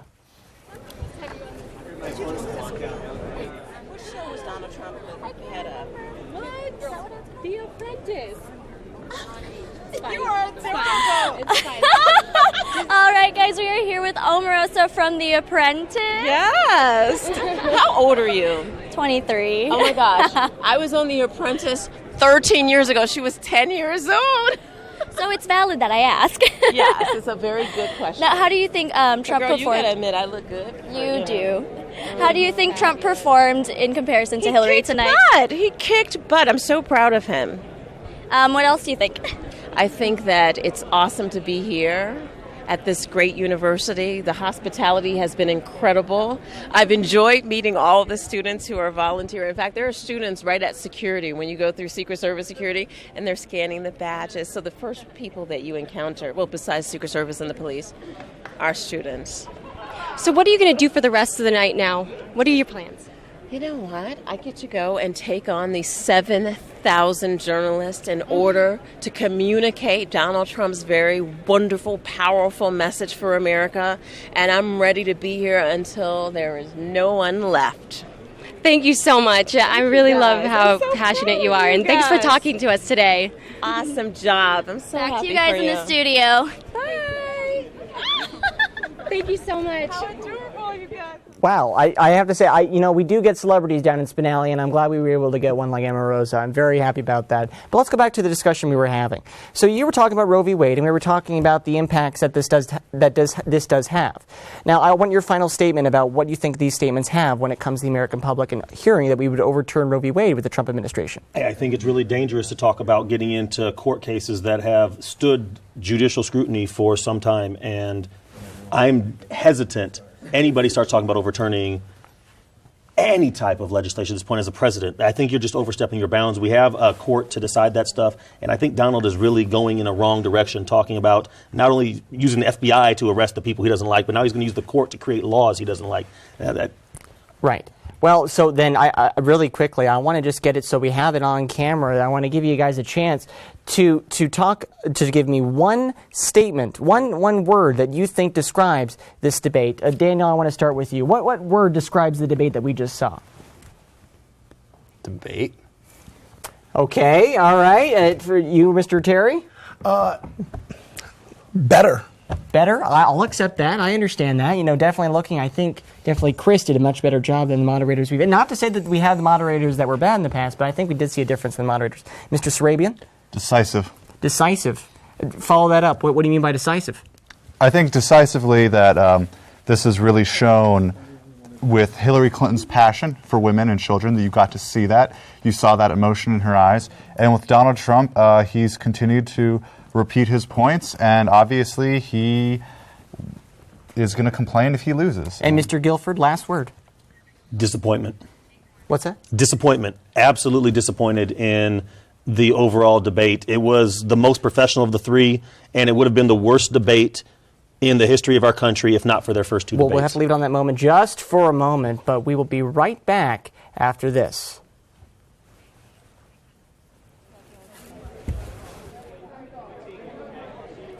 All right, it's been a crazy night, a crazy 3 months leading up to this. You can see behind us, Karina, one of our Studio G reporters, is with ABC trying to get some comments from the candidates.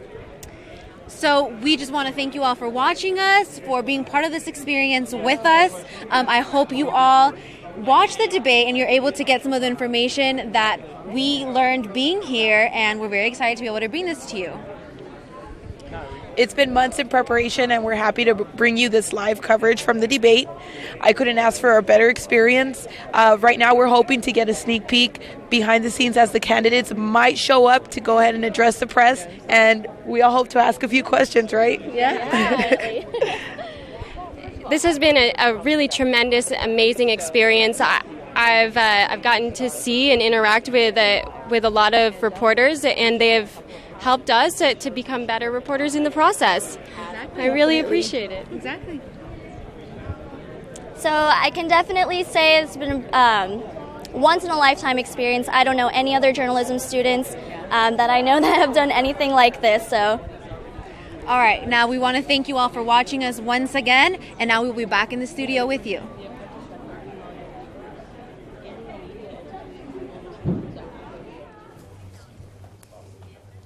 That does it.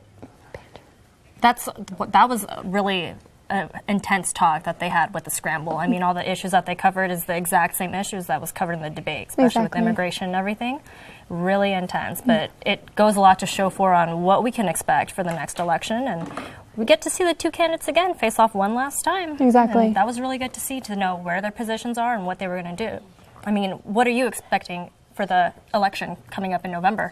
I honestly don't even know what to expect. I mean, everything kind of has been up in the air the entire election process, so I feel like when it comes to the actual election night, it's going to be kind of it's going to be something to watch, something to see. So we'll have to definitely sit around. Imagine if we had the election here at Las Vegas. Now imagine how crazy that would be at UNLV and on the campus again. I'm pretty sure everything would be shut down, and Secret Service would be cracking down twice as hard with also the security measures. I know right now all the roads are closed off. It will be opening up again at 10, but other than that, we know traffic's going to be hectic. We know there are shuttles coming in back and forth, but it really is an historic event, and I'm just amazed to see all the turnouts, especially with all the representatives, and I mean, did you see anyone on campus that you fancied up? Earlier today, I was able to walk out into our PETA Plaza, and I got to see MSNBC, and I got to see a little bit of what they had going on. But other than that, not really. I was more in the studio and in the control room preparing for tonight. So, yeah.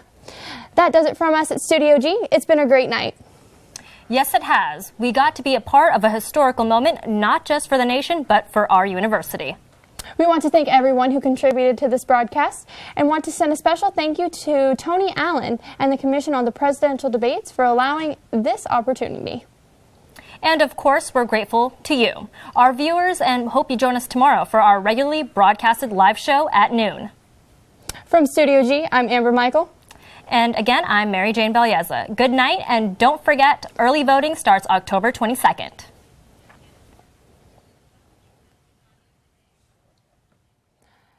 How did you think it went?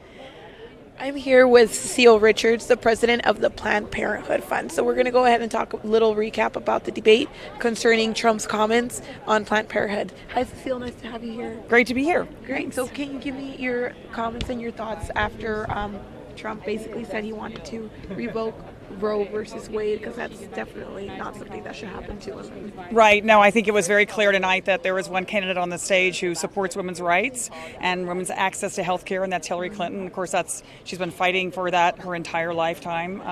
One of the things that didn't get discussed tonight was her work to start the Children's Health Insurance Program that now covers 8 million children in this country. But it's clear that Donald Trump has zero interest in women's health. He said he would appoint judges that would overturn Roe versus Wade, which has been the law of the land for more than 40 years.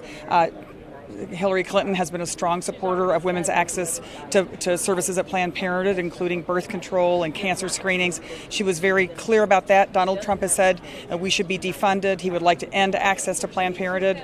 He has said he wants to punish women who have had abortions. And I think Hillary Clinton showed on the stage tonight that she has deep compassion for women who have to make these decisions and that they need to be able to make their own personal, private medical decisions about their pregnancies. And these are decisions that shouldn't be made by politicians, and certainly not by someone like Donald Trump. Definitely. So go ahead and share with me as well, what is the importance of Planned Parenthood for minorities and low-income women? Well, we are so proud to serve about 2.5 million patients a year, including thousands here in the state of Nevada. We serve, for many women, we're their only healthcare provider, and for many young women, we're the first place they go for birth control. We're really proud to be an expert in that field and to make sure, actually, we're so excited that we're now at a record low for teen pregnancy in the United States of America, and we are continuing to work on eroding the unintended pregnancy rate. That's the kind of work we should do as a country. I think Planned Parenthood serves patients of all walks of life, and Republicans, Democrats, Independents, because we just believe that all folks should have access to high quality, affordable health care, and we're proud to provide it. And I hope if Hillary is elected president, we'll be able to work with her administration to ensure every woman has access to the health care that she needs. Great, Cecile. Thank you so So much nice for to your meet time. you. Yeah. as well. Thank you. Thanks Welcome. so much.